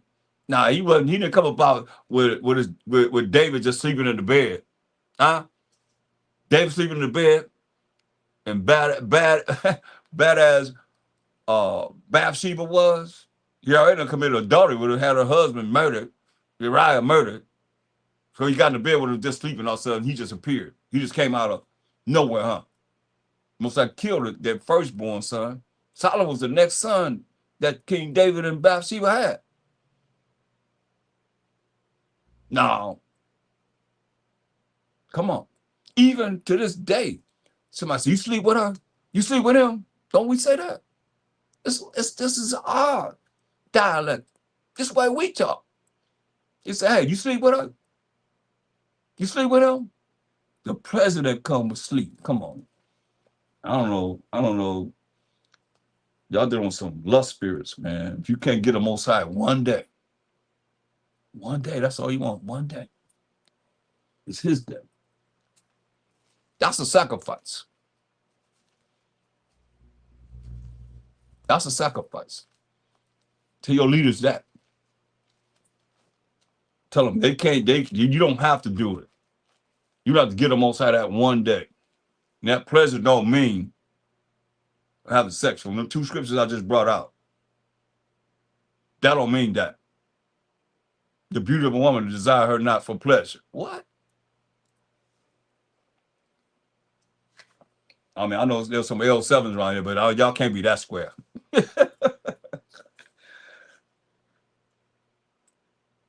Romans 12:1. I digress. It says, I beseech you, therefore, brethren, by the mercies of the Most High, that you present your bodies a living sacrifice. Come on. Don't have sex on the Sabbath day or anything that you do normally. You just said, be in this word, man. Don't even talk about your own words. Your own words are supposed to be dealing much on the Sabbath day. I've seen it. Everybody talk about everything under the sun on the Most High's day. Don't y'all realize that's sin? He said, present your bodies a living sacrifice, holy, acceptable unto the Most High, which is your reasonable service. And be not conformed to this world. See, the world gonna do what they do. I don't care if they call themselves in the truth or not, Israelite or not. The world gonna do what it do. Don't be conformed to this world. And those that are in the world, coming out of the world, coming to the truth, you got to look at, hey, you got to look at how it is to be in the truth. Learn how it is to be in the truth. Because it's a process. It's not expedient. But if you continue to grow spiritually, I'll say, because you carnal, you're going to remain the same. You just change a little here, there, and you'll justify yourself like everybody else justifying themselves and doing the things that they're doing because they're carnal. Spiritually, you ain't. You're not. Be not conformed to this world, but be ye transformed by the renewing of your mind, the way you think. If you think right, you're going to speak right, you're going to act right. That ye may prove that what is that good. We know what's good. We read that Romans 7:12. The law and the commandments are good. And acceptable and perfect will of the Most High. You got to justify yourself before the Most High. You got to be willing to go to the throne of the Most High and tell him you are right in whatever you're doing before him. On his day. That's his day. Ain't none of my day, none of your day. It's his day. Understand this. We got to make that sacrifice, and you got to be conformed to the world of Israel and not to this wicked world. What world was he in? He was in the Roman world. So like we're in the latter Greco-Roman Empire right now. You know, it's a white man's world. This ain't not our world. So who putting sanctions and tariffs on people? Who over there shooting off missiles and all this stuff? Ain't none of our world. We have no power like that. You say, I'm going to go to war with you. Come on. In a real way.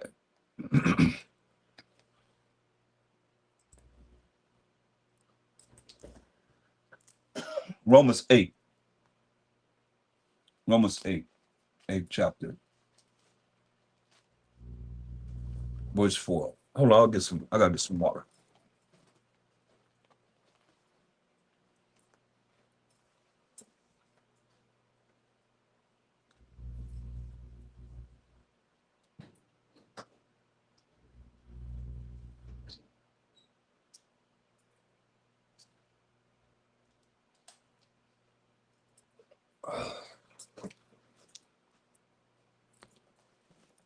Okay.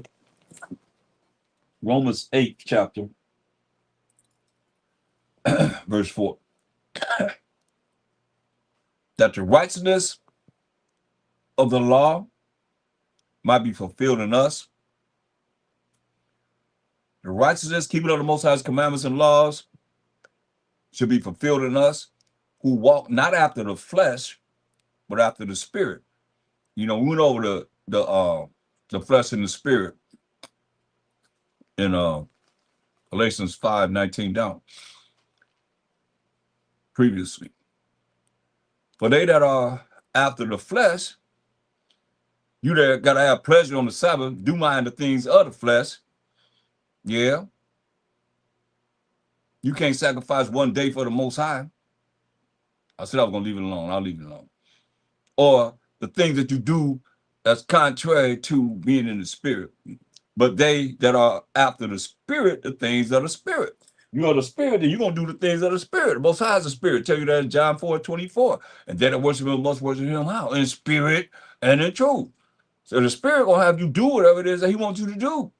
Regardless of what anybody else think. How anybody else think. You know, don't matter. If you on a mission with the Most High, you want to make it to the kingdom, then how everybody else think, that's how they think. How many the Bible say, prove that I'm supposed to think like you from the way you think? It can't. Or they would understand. At least they will try and find out. Okay, why do you feel that way? Why are you not there? Why are you not dealing with things on the Sabbath day? Or why are you not dealing with the way that, you know, because many challenges have come. When you're dealing with this truth, the devil come in many different ways, coming to challenge you this way, that way, that way. You gotta be able to know, okay, well, this is going in the book for me because I did not sin. I refrain from it. You know, it's a hard thing sometimes just to really not do what it is that the flesh might want you to do. It's hard, man. You know, we got to continue to fight against it. But they that are after the flesh do mind the things of the flesh. That's all they care about, you know. You didn't know who's that? Lauren Hill, I think, had a song out, That Thing. Yeah, that's all it is. That thing. That's all they care about. That's why they got all these different diseases that you can't cure. My way to, I mean, you know what you call it? What is it? It just from one to the other, to the other, to the other, to the other, to the other. They got something, they can't even cure the stuff, man. Because it got so many levels of this person's disease against that person's disease, against that person's disease, against that person's disease. And you're supposed to just accept that? No. For they that are after the flesh do mind the things of the flesh. That's all they want is the flesh. They look at somebody like, yeah. Like you just say, you see a beautiful woman, you don't desire her for pleasure. But that's not pleasure whenever you dealing like that, man. That's the flesh, man. But they are after the spirit, the things of the spirit. The things that once the book is closed, you got to think about the laws and what's right from wrong. For to be carnally minded is death. You hear that? To be carnally minded is death. I said that earlier. For to be carnally minded is death. So where you think, where you speak, where you at. Be carnally minded is death, man. But to be spiritually minded is life and peace. Because you spiritually minded, you're going to think about what these scriptures are saying. What you have learned, you got to learn it. You got to live it. The hard part, most everybody, is to apply it. You know, but it's not easy. I mean, I can't say I apply everything myself. I'm still working on a lot of stuff, certain things. But to the best of my ability and best of your ability, you got to really look at, hey, your spiritual part got to outweigh the carnal. For real, for real. You got to always work on that. The only way you're going to work on it is you think about it. You got to think about it. You can't just be blank-minded once the book is closed. Now, all of a sudden, you ain't even thinking about what's right from wrong, what you have learned. That's why you learn it. But then you live it. Then you apply it in your life. And it works. The Most High will bless you. For to be carnally minded, verse 6, is death. But to be spiritually minded is life and peace. Because, I mean, it's no different than, that don't change. How you get that peace? Proverbs 3:1. How you get that peace? So you get that peace, y'all. Proverbs 3:1. And the book is closed. You say, hey, my son, Proverbs 3:1, forget not my law, but let thine heart, you define the heart earlier in this class, the mind, your thoughts, keep my commandments, right? So the law and the commandments, the same thing. For length of days, this is what's going to give you. Keep the commandments of the Most High. Do what he say do. Length of days, live a long time, and long life is there. And peace. There go your peace right there. And keeping the commandments and the laws of the Most High. So they add to thee, you see? So when you see peace, and the Master told us in John 14 and 27 concerning this peace. Remember how you get the peace, though. Everybody want peace, but they're not doing what they're supposed to do to get the peace. He said, peace, John 14:27, he said, peace I leave with you. My peace I give unto you. Not as the world giveth. You know? So the world can't give you the special peace that he's talking about here. A lot of y'all need to work and pray for this peace. Because a lot of you don't have it. It's a special peace, man. He said, I leave with you. My peace I give unto you. Not as the world giveth, give I unto you. Let not your heart, your mind be troubled. Neither let it be afraid. Hear that? So don't let your mind be troubled. Don't let it be afraid. Told us this, man. I mean, all we got to do is follow suit what it's saying. Believe it. You believe it or you don't believe it.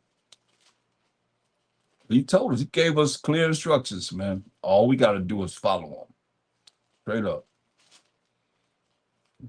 You follow them, you can be all right. You don't, then you're on your own, doing your own thing. You know, he said in Matthew 11:28,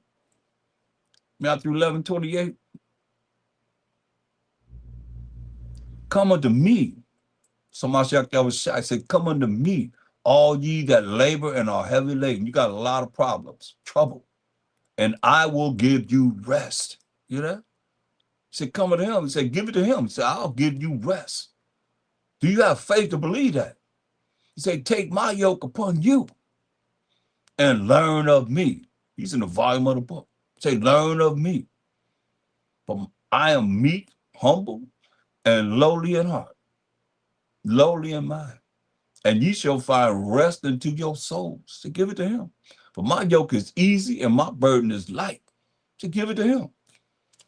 And when you give it to him, you should know without a shadow of a doubt, he got it. And if he got it, you should be talking about, hey, it's all right. But he told you, look, the only way you're going to do it, you give it to him, how you going to give it to him? You more likely going to pray in the name of Mashiach outside, take this from me, right? That's when he said, Mark 11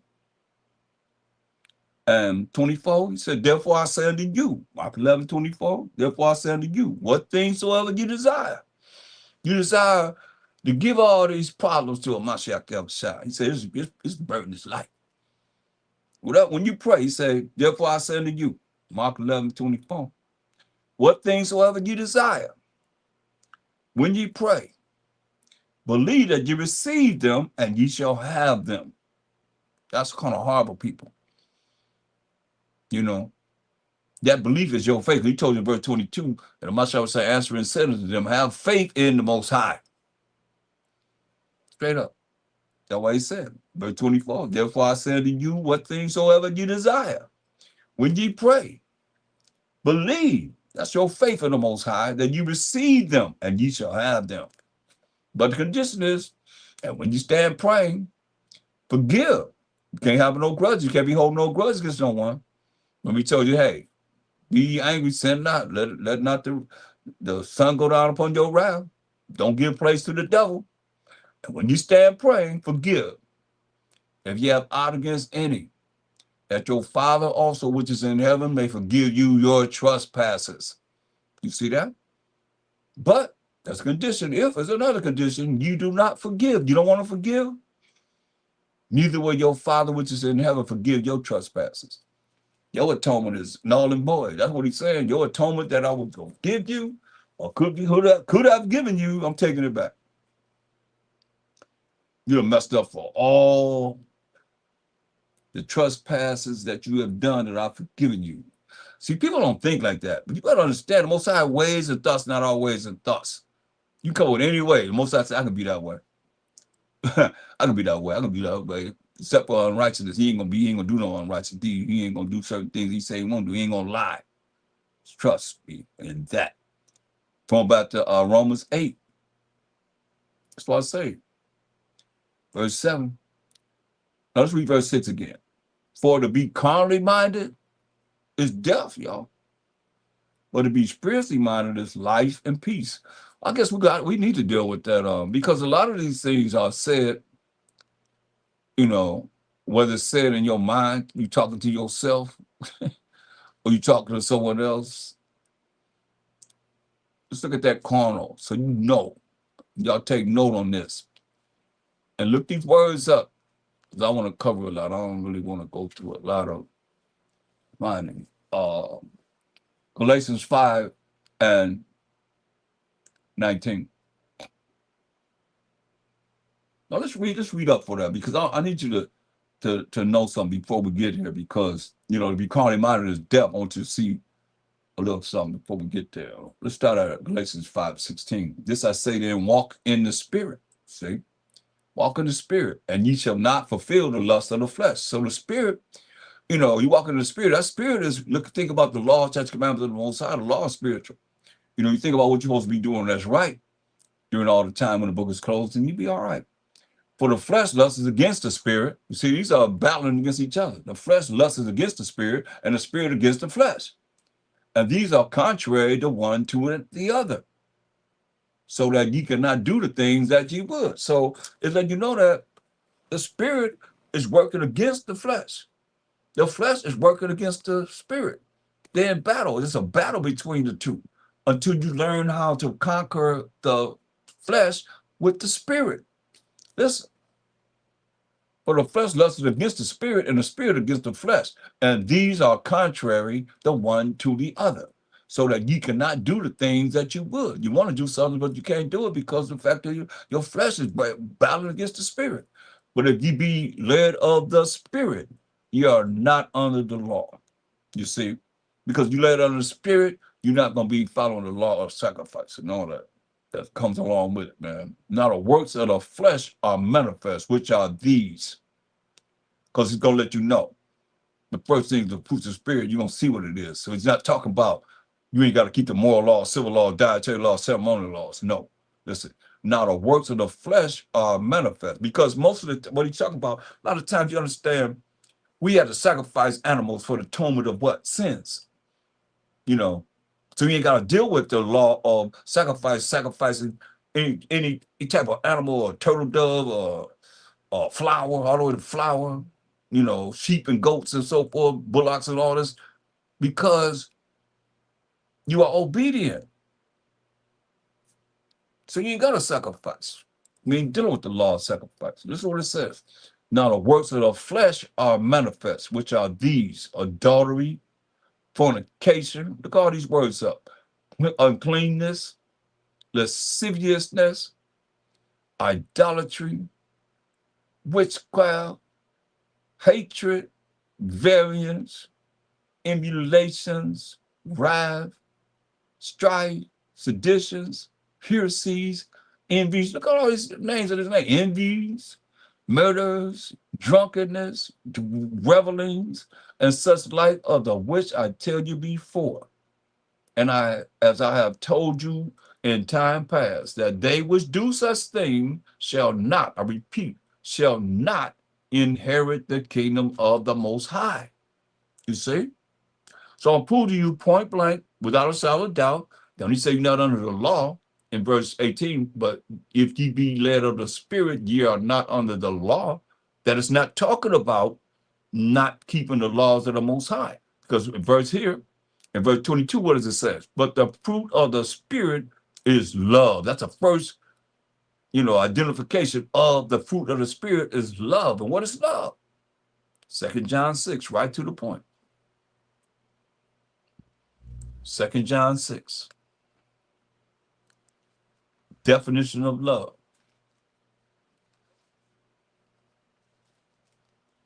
And this is love,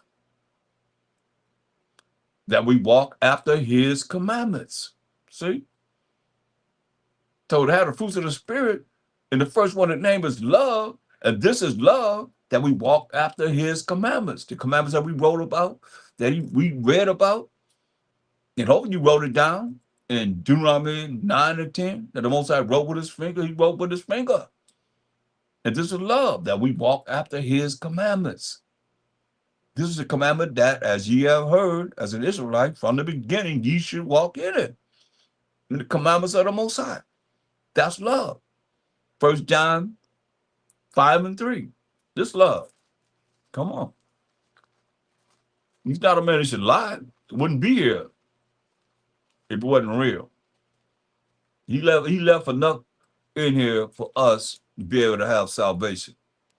They tamper with the Bible, yeah, but they ain't tamper with enough for us not to see through all the things that they did for us to have salvation. Powers from the throne on this earth, working toward that. 1 John 5 and 3. And all those that's going to learn what we teach. Well, this is the love of the Most High, that we keep his commandments. And his commandments are not grievous. See? That's the love of the Most High. We keep his commandments. Commandments are not grievous. What about a Mashiach Yahushua? St. John 14:15. This is what he said. It's his words. That's why when anybody, they're not down with a Mashiach Yahushua, all he had was the law and the prophets when he walked the earth. That's it. Wasn't no New Testament. St. John 14:15. If you love me, keep my commandments. Come on. Keep my commandments. What are the commandments at? Genesis to Deuteronomy. Come on.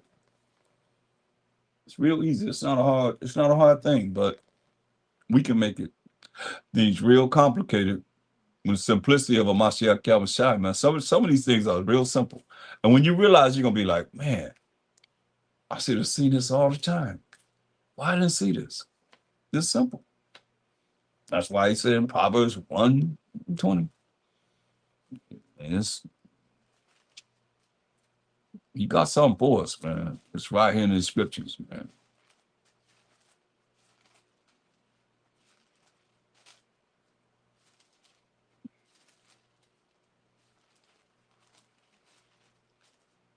It says, Proverbs 1:22, it says, how long, you simple ones, will you love simplicity? And the scorners delight in their scorning, and fools hate knowledge. So sometimes I wonder if people fools, but they hate knowledge. Fools hate knowledge. Man.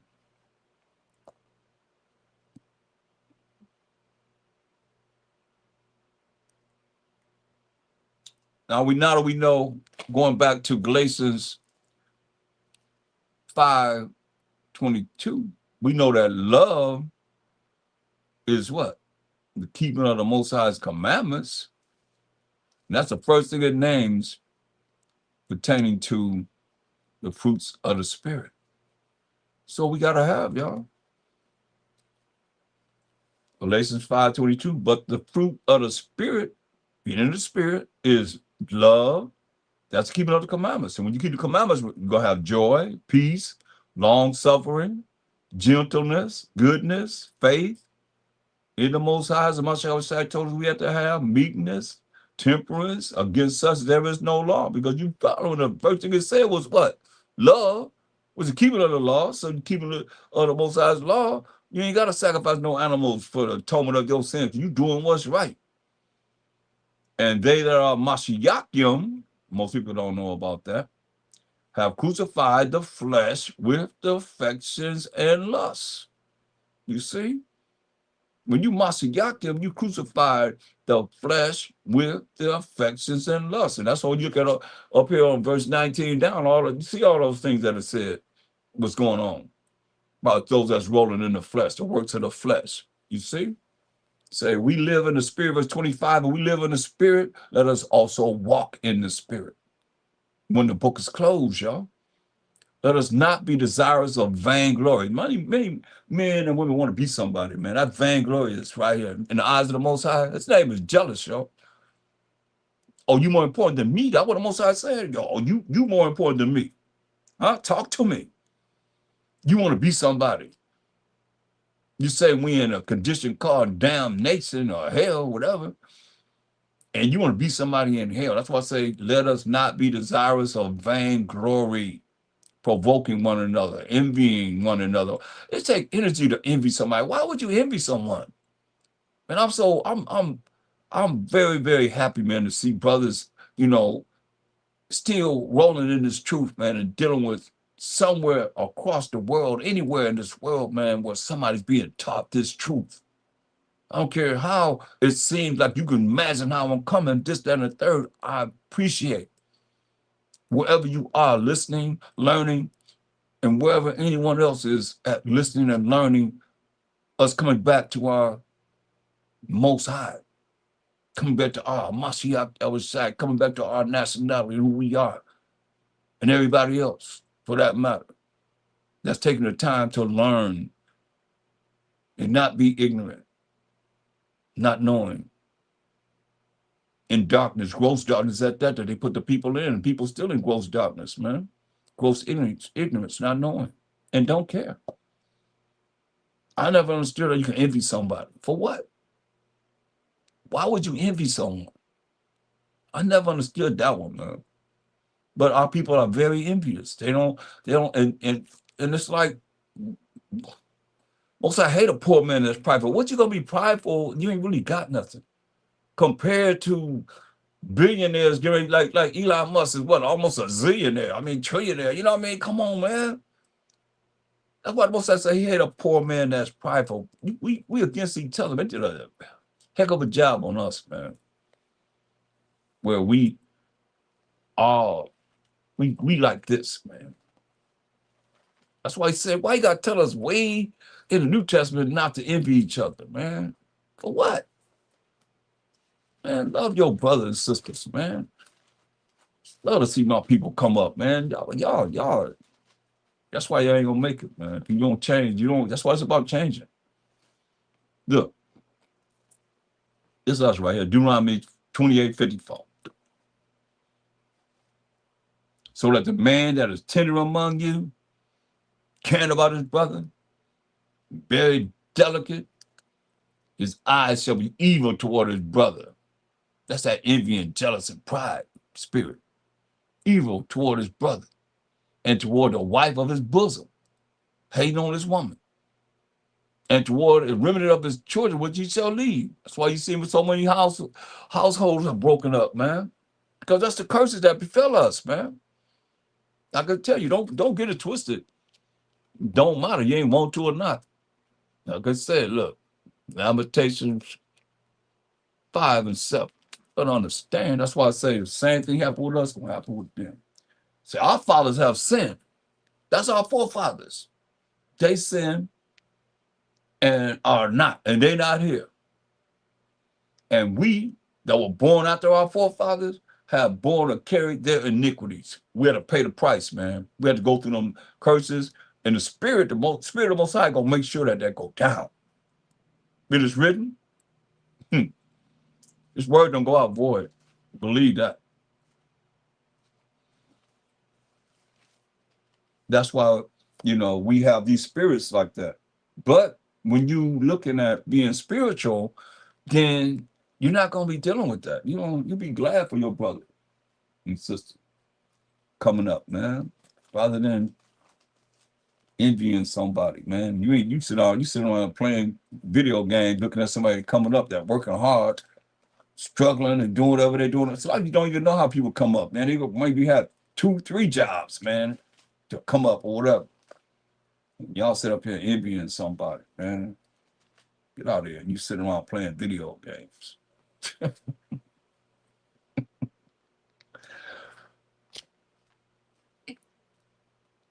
Romans 8, verse 7. Because the carnal mind is enmity against the Most High. You know that? The carnal mind, you're at war with the Most High, against the Most High. But it is not subject to the law of the Most High. So most people in these religions are carnal minded. They at war with the Most High. They are enmity with the Most High. For it is not subject to the law of the Most High, neither indeed can be. So then they that are in the flesh cannot please the Most High. You that's in the flesh, you cannot please the Most High. Straight up. But ye are not in the flesh, but in the spirit. If so be that the spirit of the Most High dwell in you, the spirit of the Most High dwell in you, then you're going to do what he say do. Be against what he says us do. Now, if any man have not the spirit of a Mashiach, he is none of his. You hear that? If you don't have the spirit of a Mashiach, you're none of his. And if Mashiach be in you, the body is dead because of sin, but the spirit is life because of righteousness. Now, regardless of how you look at it, sin is against the law, doing things against the laws of the Most High, the commandments of the Most High, righteous because of righteousness. The spirit of life because of righteousness. Because people talk about this, the law of the spirit of life. You're not going to avoid righteousness. What is righteousness? Let's get it again. Let's go to Psalms 119, 172. Psalms 119, 172. Defining righteousness. We already have Deuteronomy 6:25. Psalms 119, 172. My tongue shall speak of thy word, for all thy commandments are righteousness. You hear that? You say all the commandments are righteousness. That defines righteousness. The commandments, doing the commandments, that's how you be righteous. And that defines righteousness. When you go into the New Testament, there it is. Proverbs 22 and 1. Proverbs 22 and 1.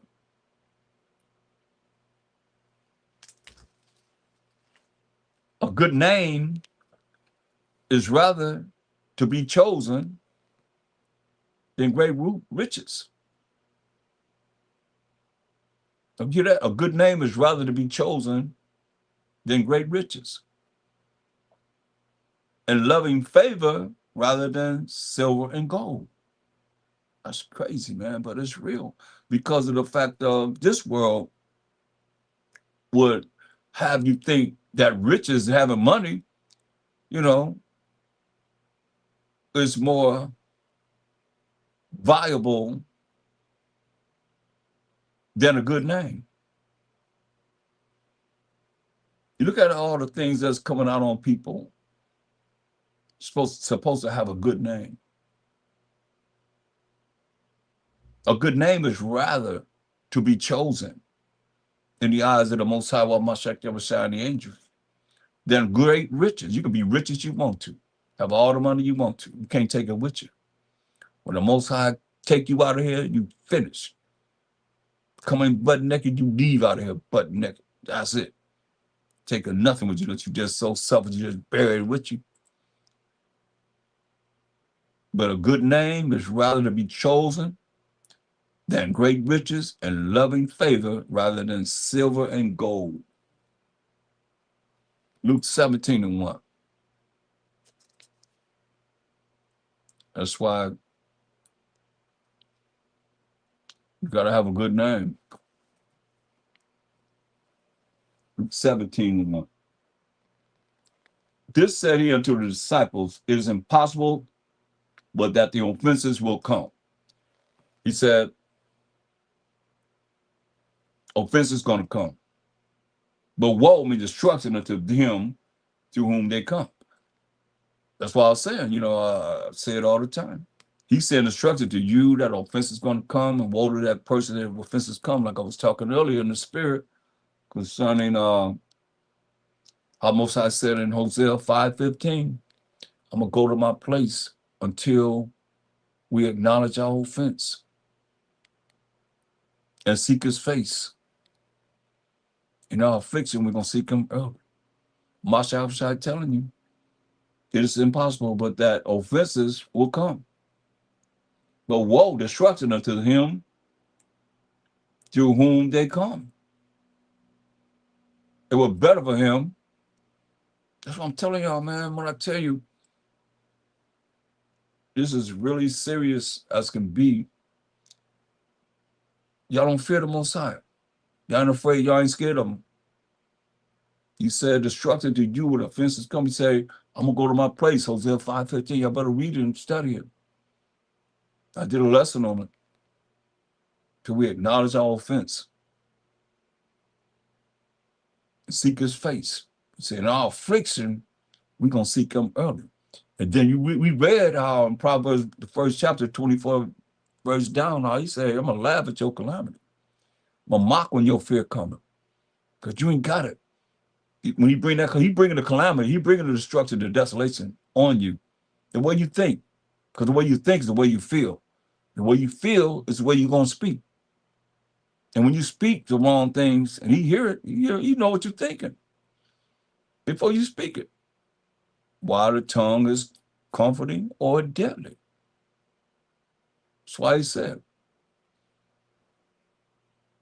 Luke 17:1, then say he unto his disciples, it is impossible, but that offenses will come. I tell you right here now, telling y'all better learn to say all praise to the Most High, loud as you can, strong as you can. He said, with all your strength. But woe, destruction unto him through whom they come. A lot of things happen, man. Get your attention, bring you through whatever. Brought us through a whole lot. Now we see miracles and so forth. Think we're gonna change? No, you remain the same. Hey, it's gonna be worse when you did. He said it were better for him that a millstone will hang about us. You check this out now. You meditate on this because a lot of y'all gonna run. Y'all don't like y'all just like feel good things. This ain't no feel good. This is really real.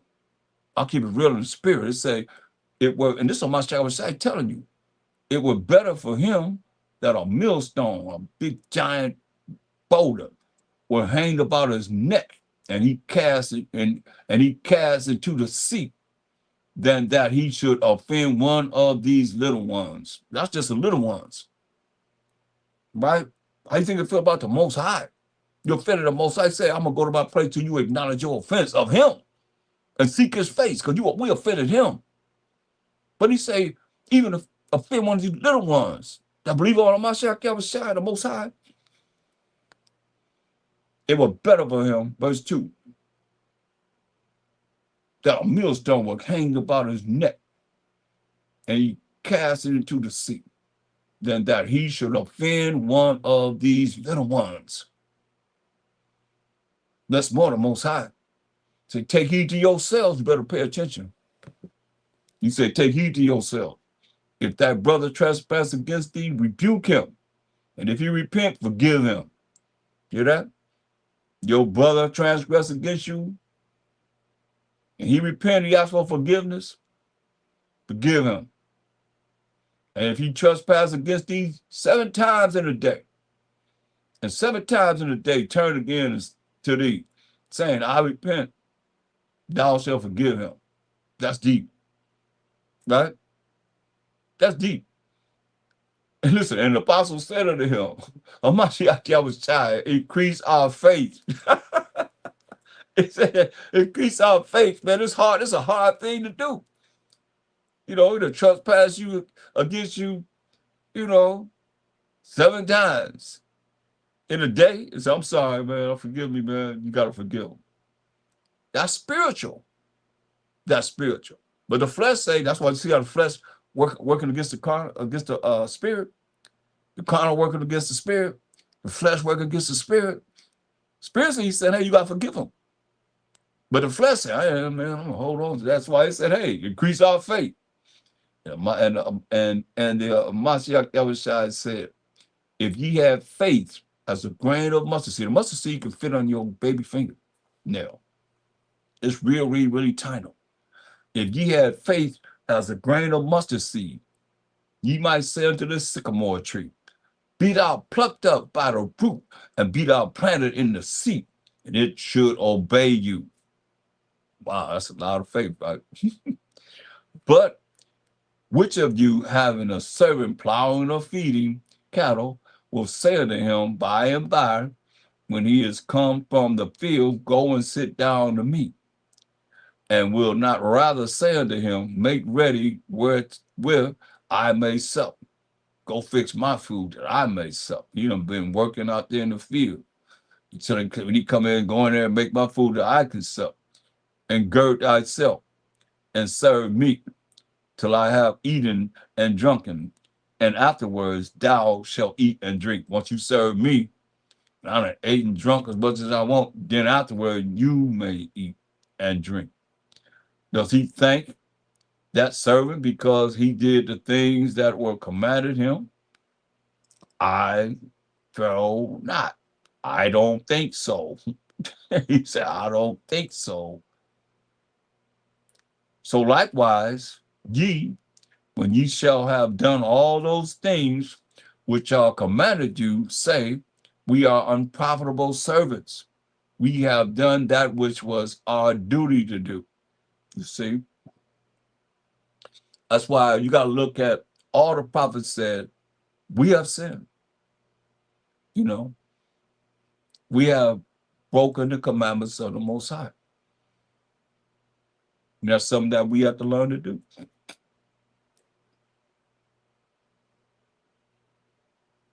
Just what they've done.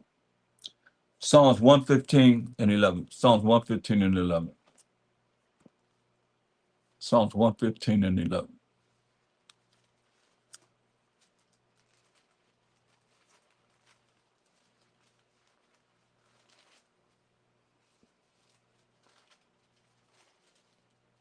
Ye that fear the Most High, you that scared and afraid of the Most High, highly respecting them because you scared of them, trust in the Most High. That trust is having faith in the Most High. He is their help and their shield. He's their help and that protection. You fear the Most High, he's that help and protection, got that shield up for us.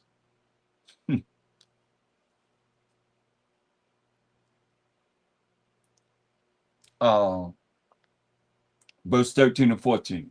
He will bless them that fear the Most High. He will bless them that fear the Most High, both small and great, no matter what position you're in. You fear the Most High, he's going to bless you, both small and great. The Most High shall increase you more and more, you and your children, when you're in the spirit with them. You know? I love this. Psalms 117, 2 verses. Psalms 117, 2 verses. Oh, praise the Most High, all ye nations. Praise him, all ye people. For his merciful kindness is great toward us. And the truth of the Most High endureth forever. And we know what the truth is, class. We haven't sung it all day. Psalms 119, 142. Let's sing it together. Thy righteousness is an everlasting righteousness, and thy law is the truth. Straight up. That lasts how long? Forever. Endure forever. So how are they going to tell you that you're not under the law? This is what it says. For his merciful kindness is great toward us. And the truth of the Most High endureth forever. Praise ye the Most High. Praise ye the Most High. All praise to the Most High. Isaiah 8 and 20. Isaiah 8 and 20. Isaiah 8 and 20.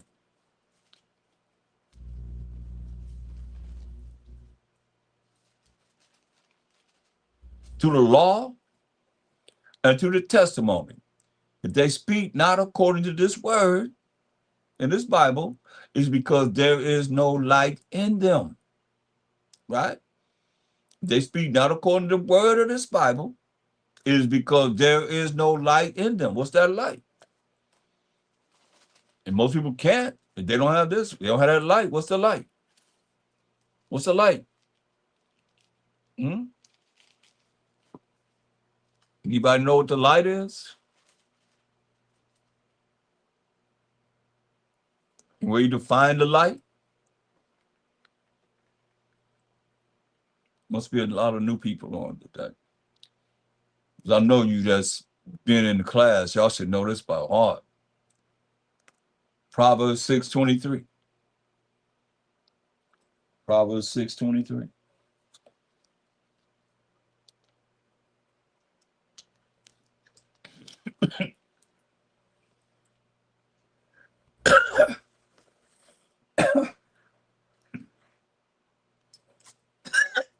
Proverbs 6:23.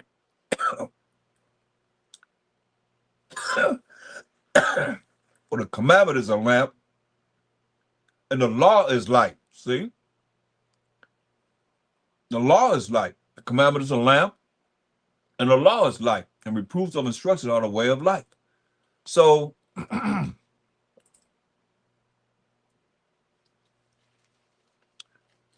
going back to Isaiah 8 and 20.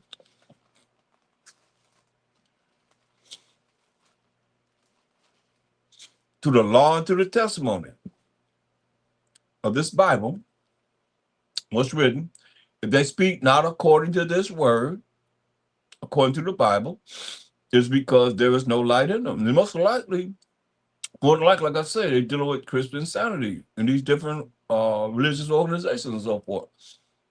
And most of them not dealing with that light, which is what? The law of the Most High. The law is light. Commandment is a lamp, and the law is light. Turn the lamp on, boop, hit the switch. You got the laws of the Most High that endure forever. Baruch 4 and 1. Baruch 4 and 1.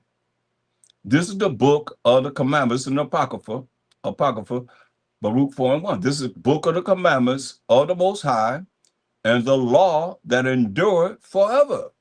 So somebody lying, saying you're not under the law, but you're under grace. This is the book of the commandments of the Most High and the law that endure forever. All that keep it shall come to life. So somebody said, got you set up for this. But such as leave it shall die. They got you so set up to die. It said, turn thee, old Jacob, and take hold of it. That's the laws and the commandments of the Most High. Walk in the presence of the light thereof. We just seen that the light, the commandment is light, the law is light. Walk in the presence of the light thereof. It's hip talk. But you get a definition of these words throughout the scriptures, that thou mayest be illuminated. You know? Give not thine honor to another, nor the things that are profitable unto thee to a strange nation. O Israel. Who's he talking to? We say, oh, Israel. He's talking to the Israelites, period, us. Happy are we, but things that are pleasing to the Most High are made known unto us. Now, things that are pleasing to the Most High are known unto you. Be of good cheer, my people. The memorial of Israel, man. Straight up. Lamentations 2. Lamentations 2. See what that says. Lamentations right after Jeremiah.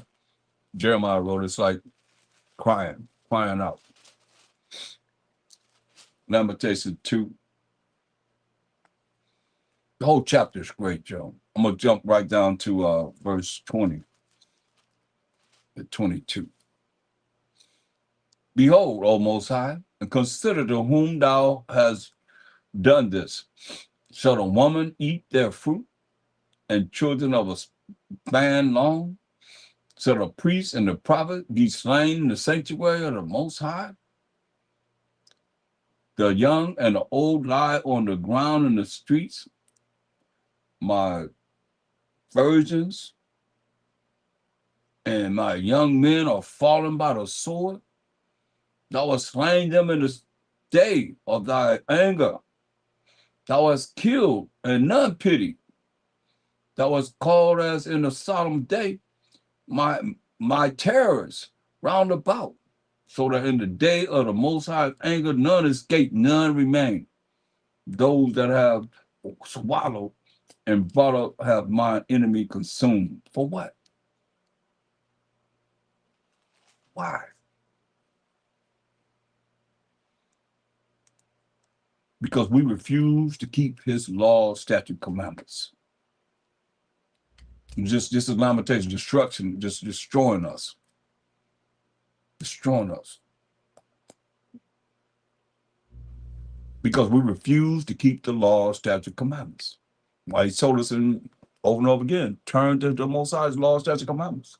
And I say you read this whole thing is lamentation, you read the whole chapters of lamentation, Jeremiah crying out for us, man.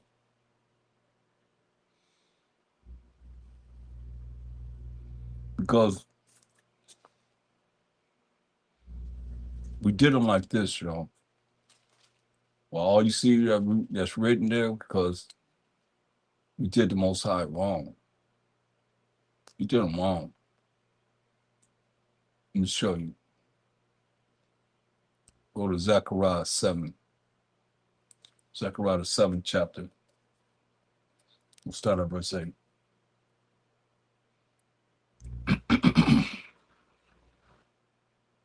And the word of the Most High came unto Zechariah, saying, Thus speaketh the Most High, power of hosts, power of army of angels, saying, Execute true judgment and show mercy, which is not getting something you do deserve to get, and compassions, every man to his brother. Always got to tell us how to act toward each other, how to love each other, man. And oppress not the widow, nor the fatherless, the stranger, that's Israelite that you don't know, come among us, nor the poor. And let none of you imagine evil against his brother in his heart, in your heart, in your mind. God all the time tell us not to hate each other. Why? We got to read a book to learn how to not to hate each other. Come on, man. But they refuse to hearken. Hear that? Like it is today. Refuse to listen and pulled away the shoulder. You don't tell me what to do, and stop their ears, put their hands over their ears that they should not hear. This is what we did. Well, you just read what he said in Lamentations. I didn't want to read the whole. I didn't want to read it so much, so drastic, and so many things that happen to us for not keeping the laws of the Most High. They refuse to hearken, refuse to listen, and pulled away the shoulder and stopped their ears that they should not hear. Yeah, that they made their hearts as an adamant stone, lest they should hear the law. You hear that? Yeah. They made their hearts, their minds as an adamant stone, lest they should hear the law. And the words which the Most High, power of hosts, army of angels, have sent in his spirit by the former prophets. And what we do to the prophets, we show you what we did to the prophets. Get some love out of this, man. What we do to the prophets by his former prophets that he sent to talk to us. 2 Ezra 1:32. This is what we did to the prophets, y'all. I sent unto you my servants, the prophets, whom ye have taken and slain, killed them, and torn their bodies in pieces. We don't only kill them, we tore their bodies to pieces, whose blood I will require of your hands, said the Most High. Listen, Zechariah 7 and 12. Yeah. They made their hearts, their minds as an adamant stone, lest they should hear the law and the words which the most high power of host of army of angels hath sent in his spirit by the former prophets that they killed and tore their bodies to pieces. Israelites, that's what we did. Therefore came the great wrath, therefore came a great wrath from the most high power of hosts. You hear that? And we just read about a little bit in Lamentation. You can read the whole thing.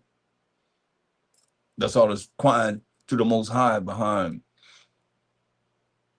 what we cause ourselves to go through and not listening to the most high. Listen at this closely, y'all. Zechariah 7 and 13. Therefore it is come to pass that as he cried, you see that? We made the Most High cry. Therefore, as he cried, and they would not hear the things that we offend him with,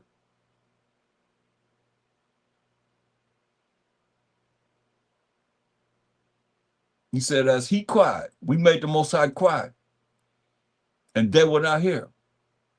So they cried, and I would not hear, said the Most High power of hosts. But what did he do? But I scattered them.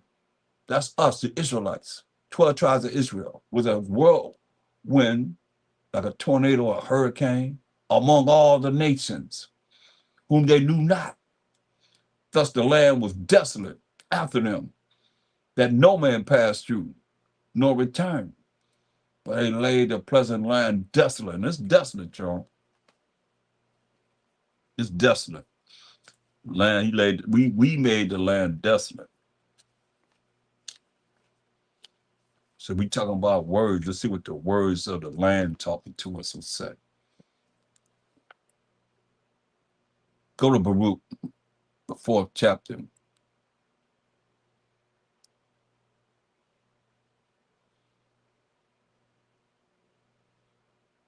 Verse 6. You were sold to the nations, not for your destruction, but because you moved the Most High to wrath, like he just said. What he said? Zechariah 7 and 12. Yeah, they made their hearts or minds as an adamant stone, we the Israelites, against the Most High. They lest they should hear the law. Sound familiar? We're not under the law, we're under grace today. Lest they should hear the law. And the words which the Most High power of hosts, power of army of angels, has sent in his spirit by the former prophets that we killed and tore their bodies to pieces. Therefore came a great wrath from the Most High power of hosts. Right? What does it say here? Baruch 4 and 6. Talking about the apocrypha is not real. Get out of here. You were sold to the nations, not for your destruction, but because ye moved the Most High to wrath. And we just read. You were delivered unto the enemies, not your friends, but unto the enemies. It says, but you provoked him that made you by sacrificing unto devils and not to the Most High. And to this day, man, our people still sacrificing the devils. Well, I gotta do it this way because Massa say we gotta do it this way. You don't have to do nothing no, but the way of the Most High said. When you have faith in the Most High, like he said, you can tell that sycamore tree to go plant yourself in the sea. When you understand the power of the Most High, man, nobody more powerful than the Most High. That made you by, sacrificing unto devils and not to the Most High. You have forsaken the everlasting Most High. We reading about it. We made them cry.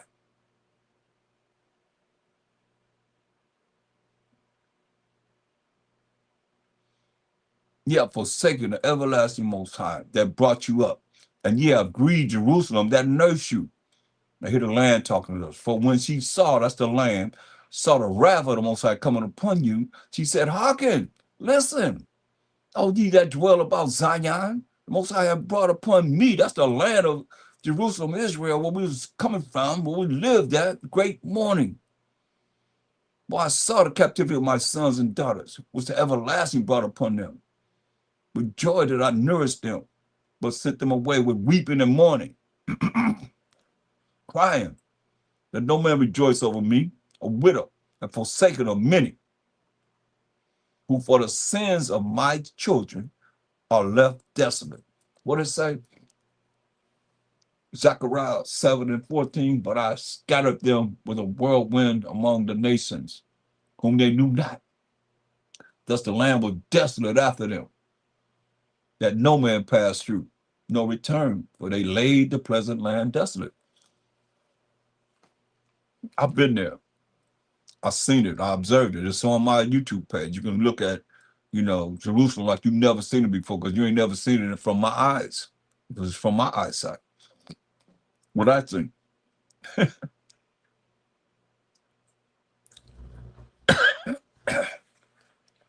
Hear what it says?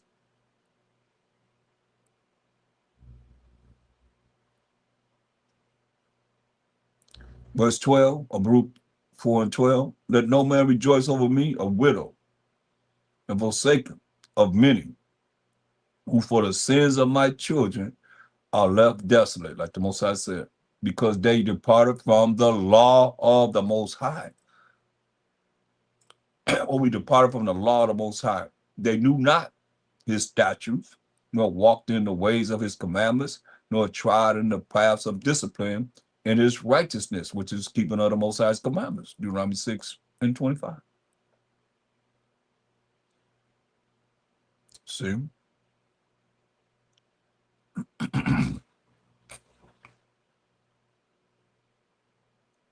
Let them that dwell about Zion come.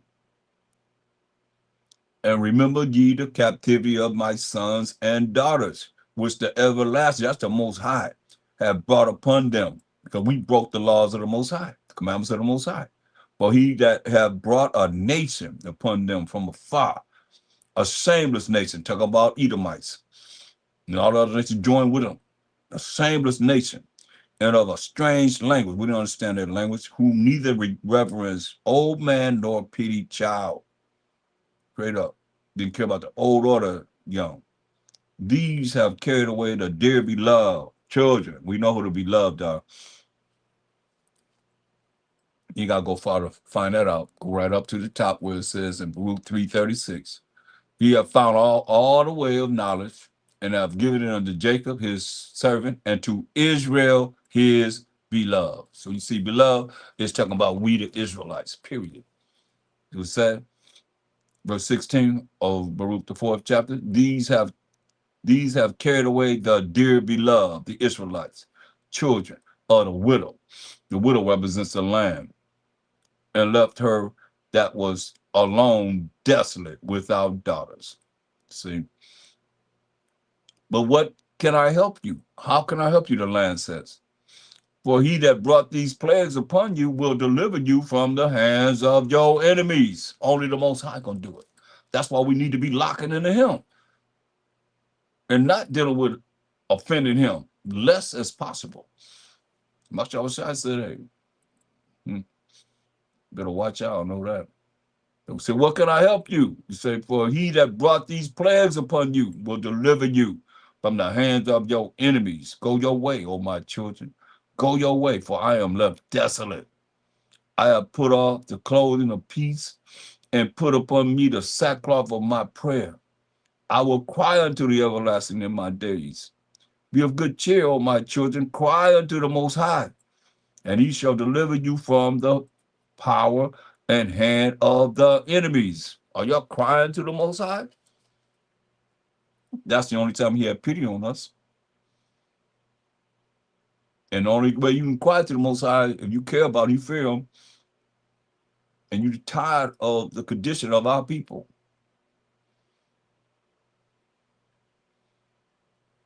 If not, then you're going to continue to do the same thing you've been doing, and we're going to remain in the same condition. Jacob trouble going to be something else for the song. You already said when you cry to him, when he bring that, he already said in your affliction, you're going to seek him early. You cry to him and say, hey, I don't hear you. I don't know what you're talking about. I don't hear you.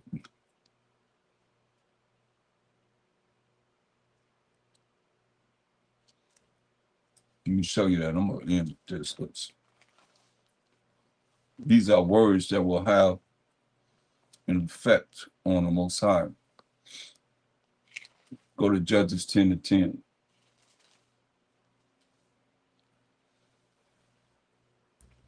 And the children of Israel cried unto the Most High, just like the land just told us. And the children of Israel cried unto the Most High, saying, we have sinned against thee, both because we have forsaken our power and also served Baalim until this day. Because Baal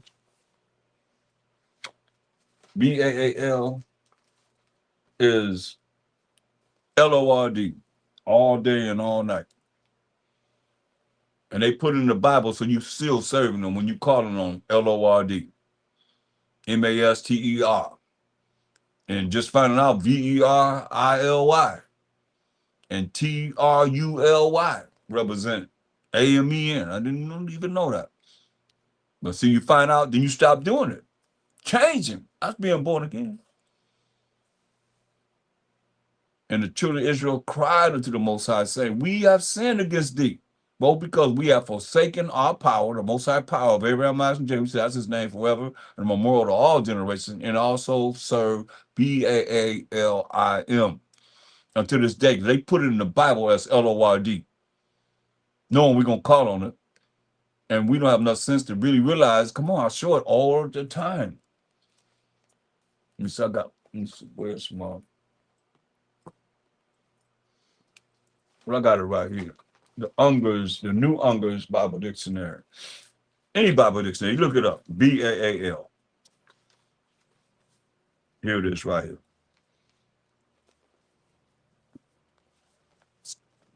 The New Unger's Bible Dictionary. See that? BAAL. See what it means? LORD. Come on. I don't care what Bible dictionary you get. It's going to be the same thing. Whatever dictionary you get, going to be the same thing. I showed on Jeopardy, where they asked, what's the name of the four-letter Canaanite god, LORD? You said, who? BAAL. He said it. You know, we read Exodus 23:13. We're not supposed to be saying the names of these other gods, so I'm spelling it. But he said it right off. BAAL. Four-letter Canaanite god, LORD. And we'll come up with a reason to justify saying something. And the Most High, so I say, man, we made them cry. Just know that. And you see here, this is the only time the Most High had pity on us. The land just told us what to do. What he said, cry to the Most High. Judges 10:10, and the children of Israel cried unto the Most High, saying, we have sinned against thee, both because we have forsaken our power and also served Baalim. Many of them still represent LORD. And see what they got here? And LORD, BAAL, put it all in your face, man. And the Most High said unto the children of Israel, did not I deliver you from the Egyptians? These are all the captivities we were in. They're talking about in this particular place. Egyptians, and from the Amorites, and from the children of Ammon, and from the Philistines, the Zidonians also, and the Amalekites, and the Moabites did oppress you, and ye cried to me, and I delivered you out of their hand. See that? Yet ye have forsaken me, and served other gods. Wherefore I will deliver you no more. See? Like it is today, man, we forsaken the Most High, regardless of how you want to put it. You can say you're going into the Strong's Concordance, you can go into the Blue Letter, you can go anywhere you want to go. But when you look up that word BAAL and all of them letters that go behind that, they still go back to LORD, man. And they put it in our face, man. We saying it, man. It still represents BAAL, man. He said, yet ye have forsaken me and served other gods.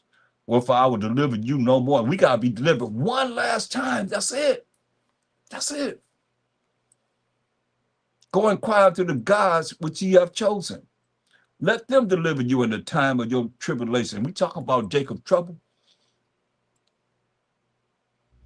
He said, let them deliver you in the time of your tribulation. We're going to have to go on to them tribulations, man. Devil know we got a short time coming out of much round. So he's going to come down on those that keep the commandments of the Most High and have the testimony of Mashiach Yahushua. And the children of Israel said, this is what we said unto the Most High. We have sinned. It's very important. Like I told you, all the prophets said, we have sinned. We have sinned. Do thou unto us whatsoever seemeth good unto thee. Deliver us only. We pray thee this day. We're going to be crying this, y'all. And they put away the strange gods from among them. They're going to stop saying L-O-R-D and A-M-E-N and G-O-D and T-R-U-L-Y and B-I-R-I-L-Y and A-M-E-N, all of that. And every other god that's been presented to us that we follow are the ones we done made up ourselves, you know? And they put away the strange gods from among them and served the Most High power of Abraham, Isaac, and Jacob. And his soul was grieved for the misery of Israel. You hear that? So that's just food for thought, y'all. Very important that we see this. And we're going to continue this in another way, in another day, next time I see you. Give a like, like, share, and subscribe to the channels. We'll be back on again, hopefully on the Most High Ratazawan, Most High will, on the Sabbath night at 7 p.m. Pacific time, same time. So like, share, and subscribe. And hit the hype button. Hit the bell so you'll be notified whenever, we're coming on. Continue this. We're going to go into, it in another way. The words of the tongue, it's comforting or deadly. And that's how we got to look at it, man, And with that, I say, Kwam Most High, Kwam Mashiach Yahushai, and Kwam Yasharella. And I'm out. Shalom. See you on the Sabbath.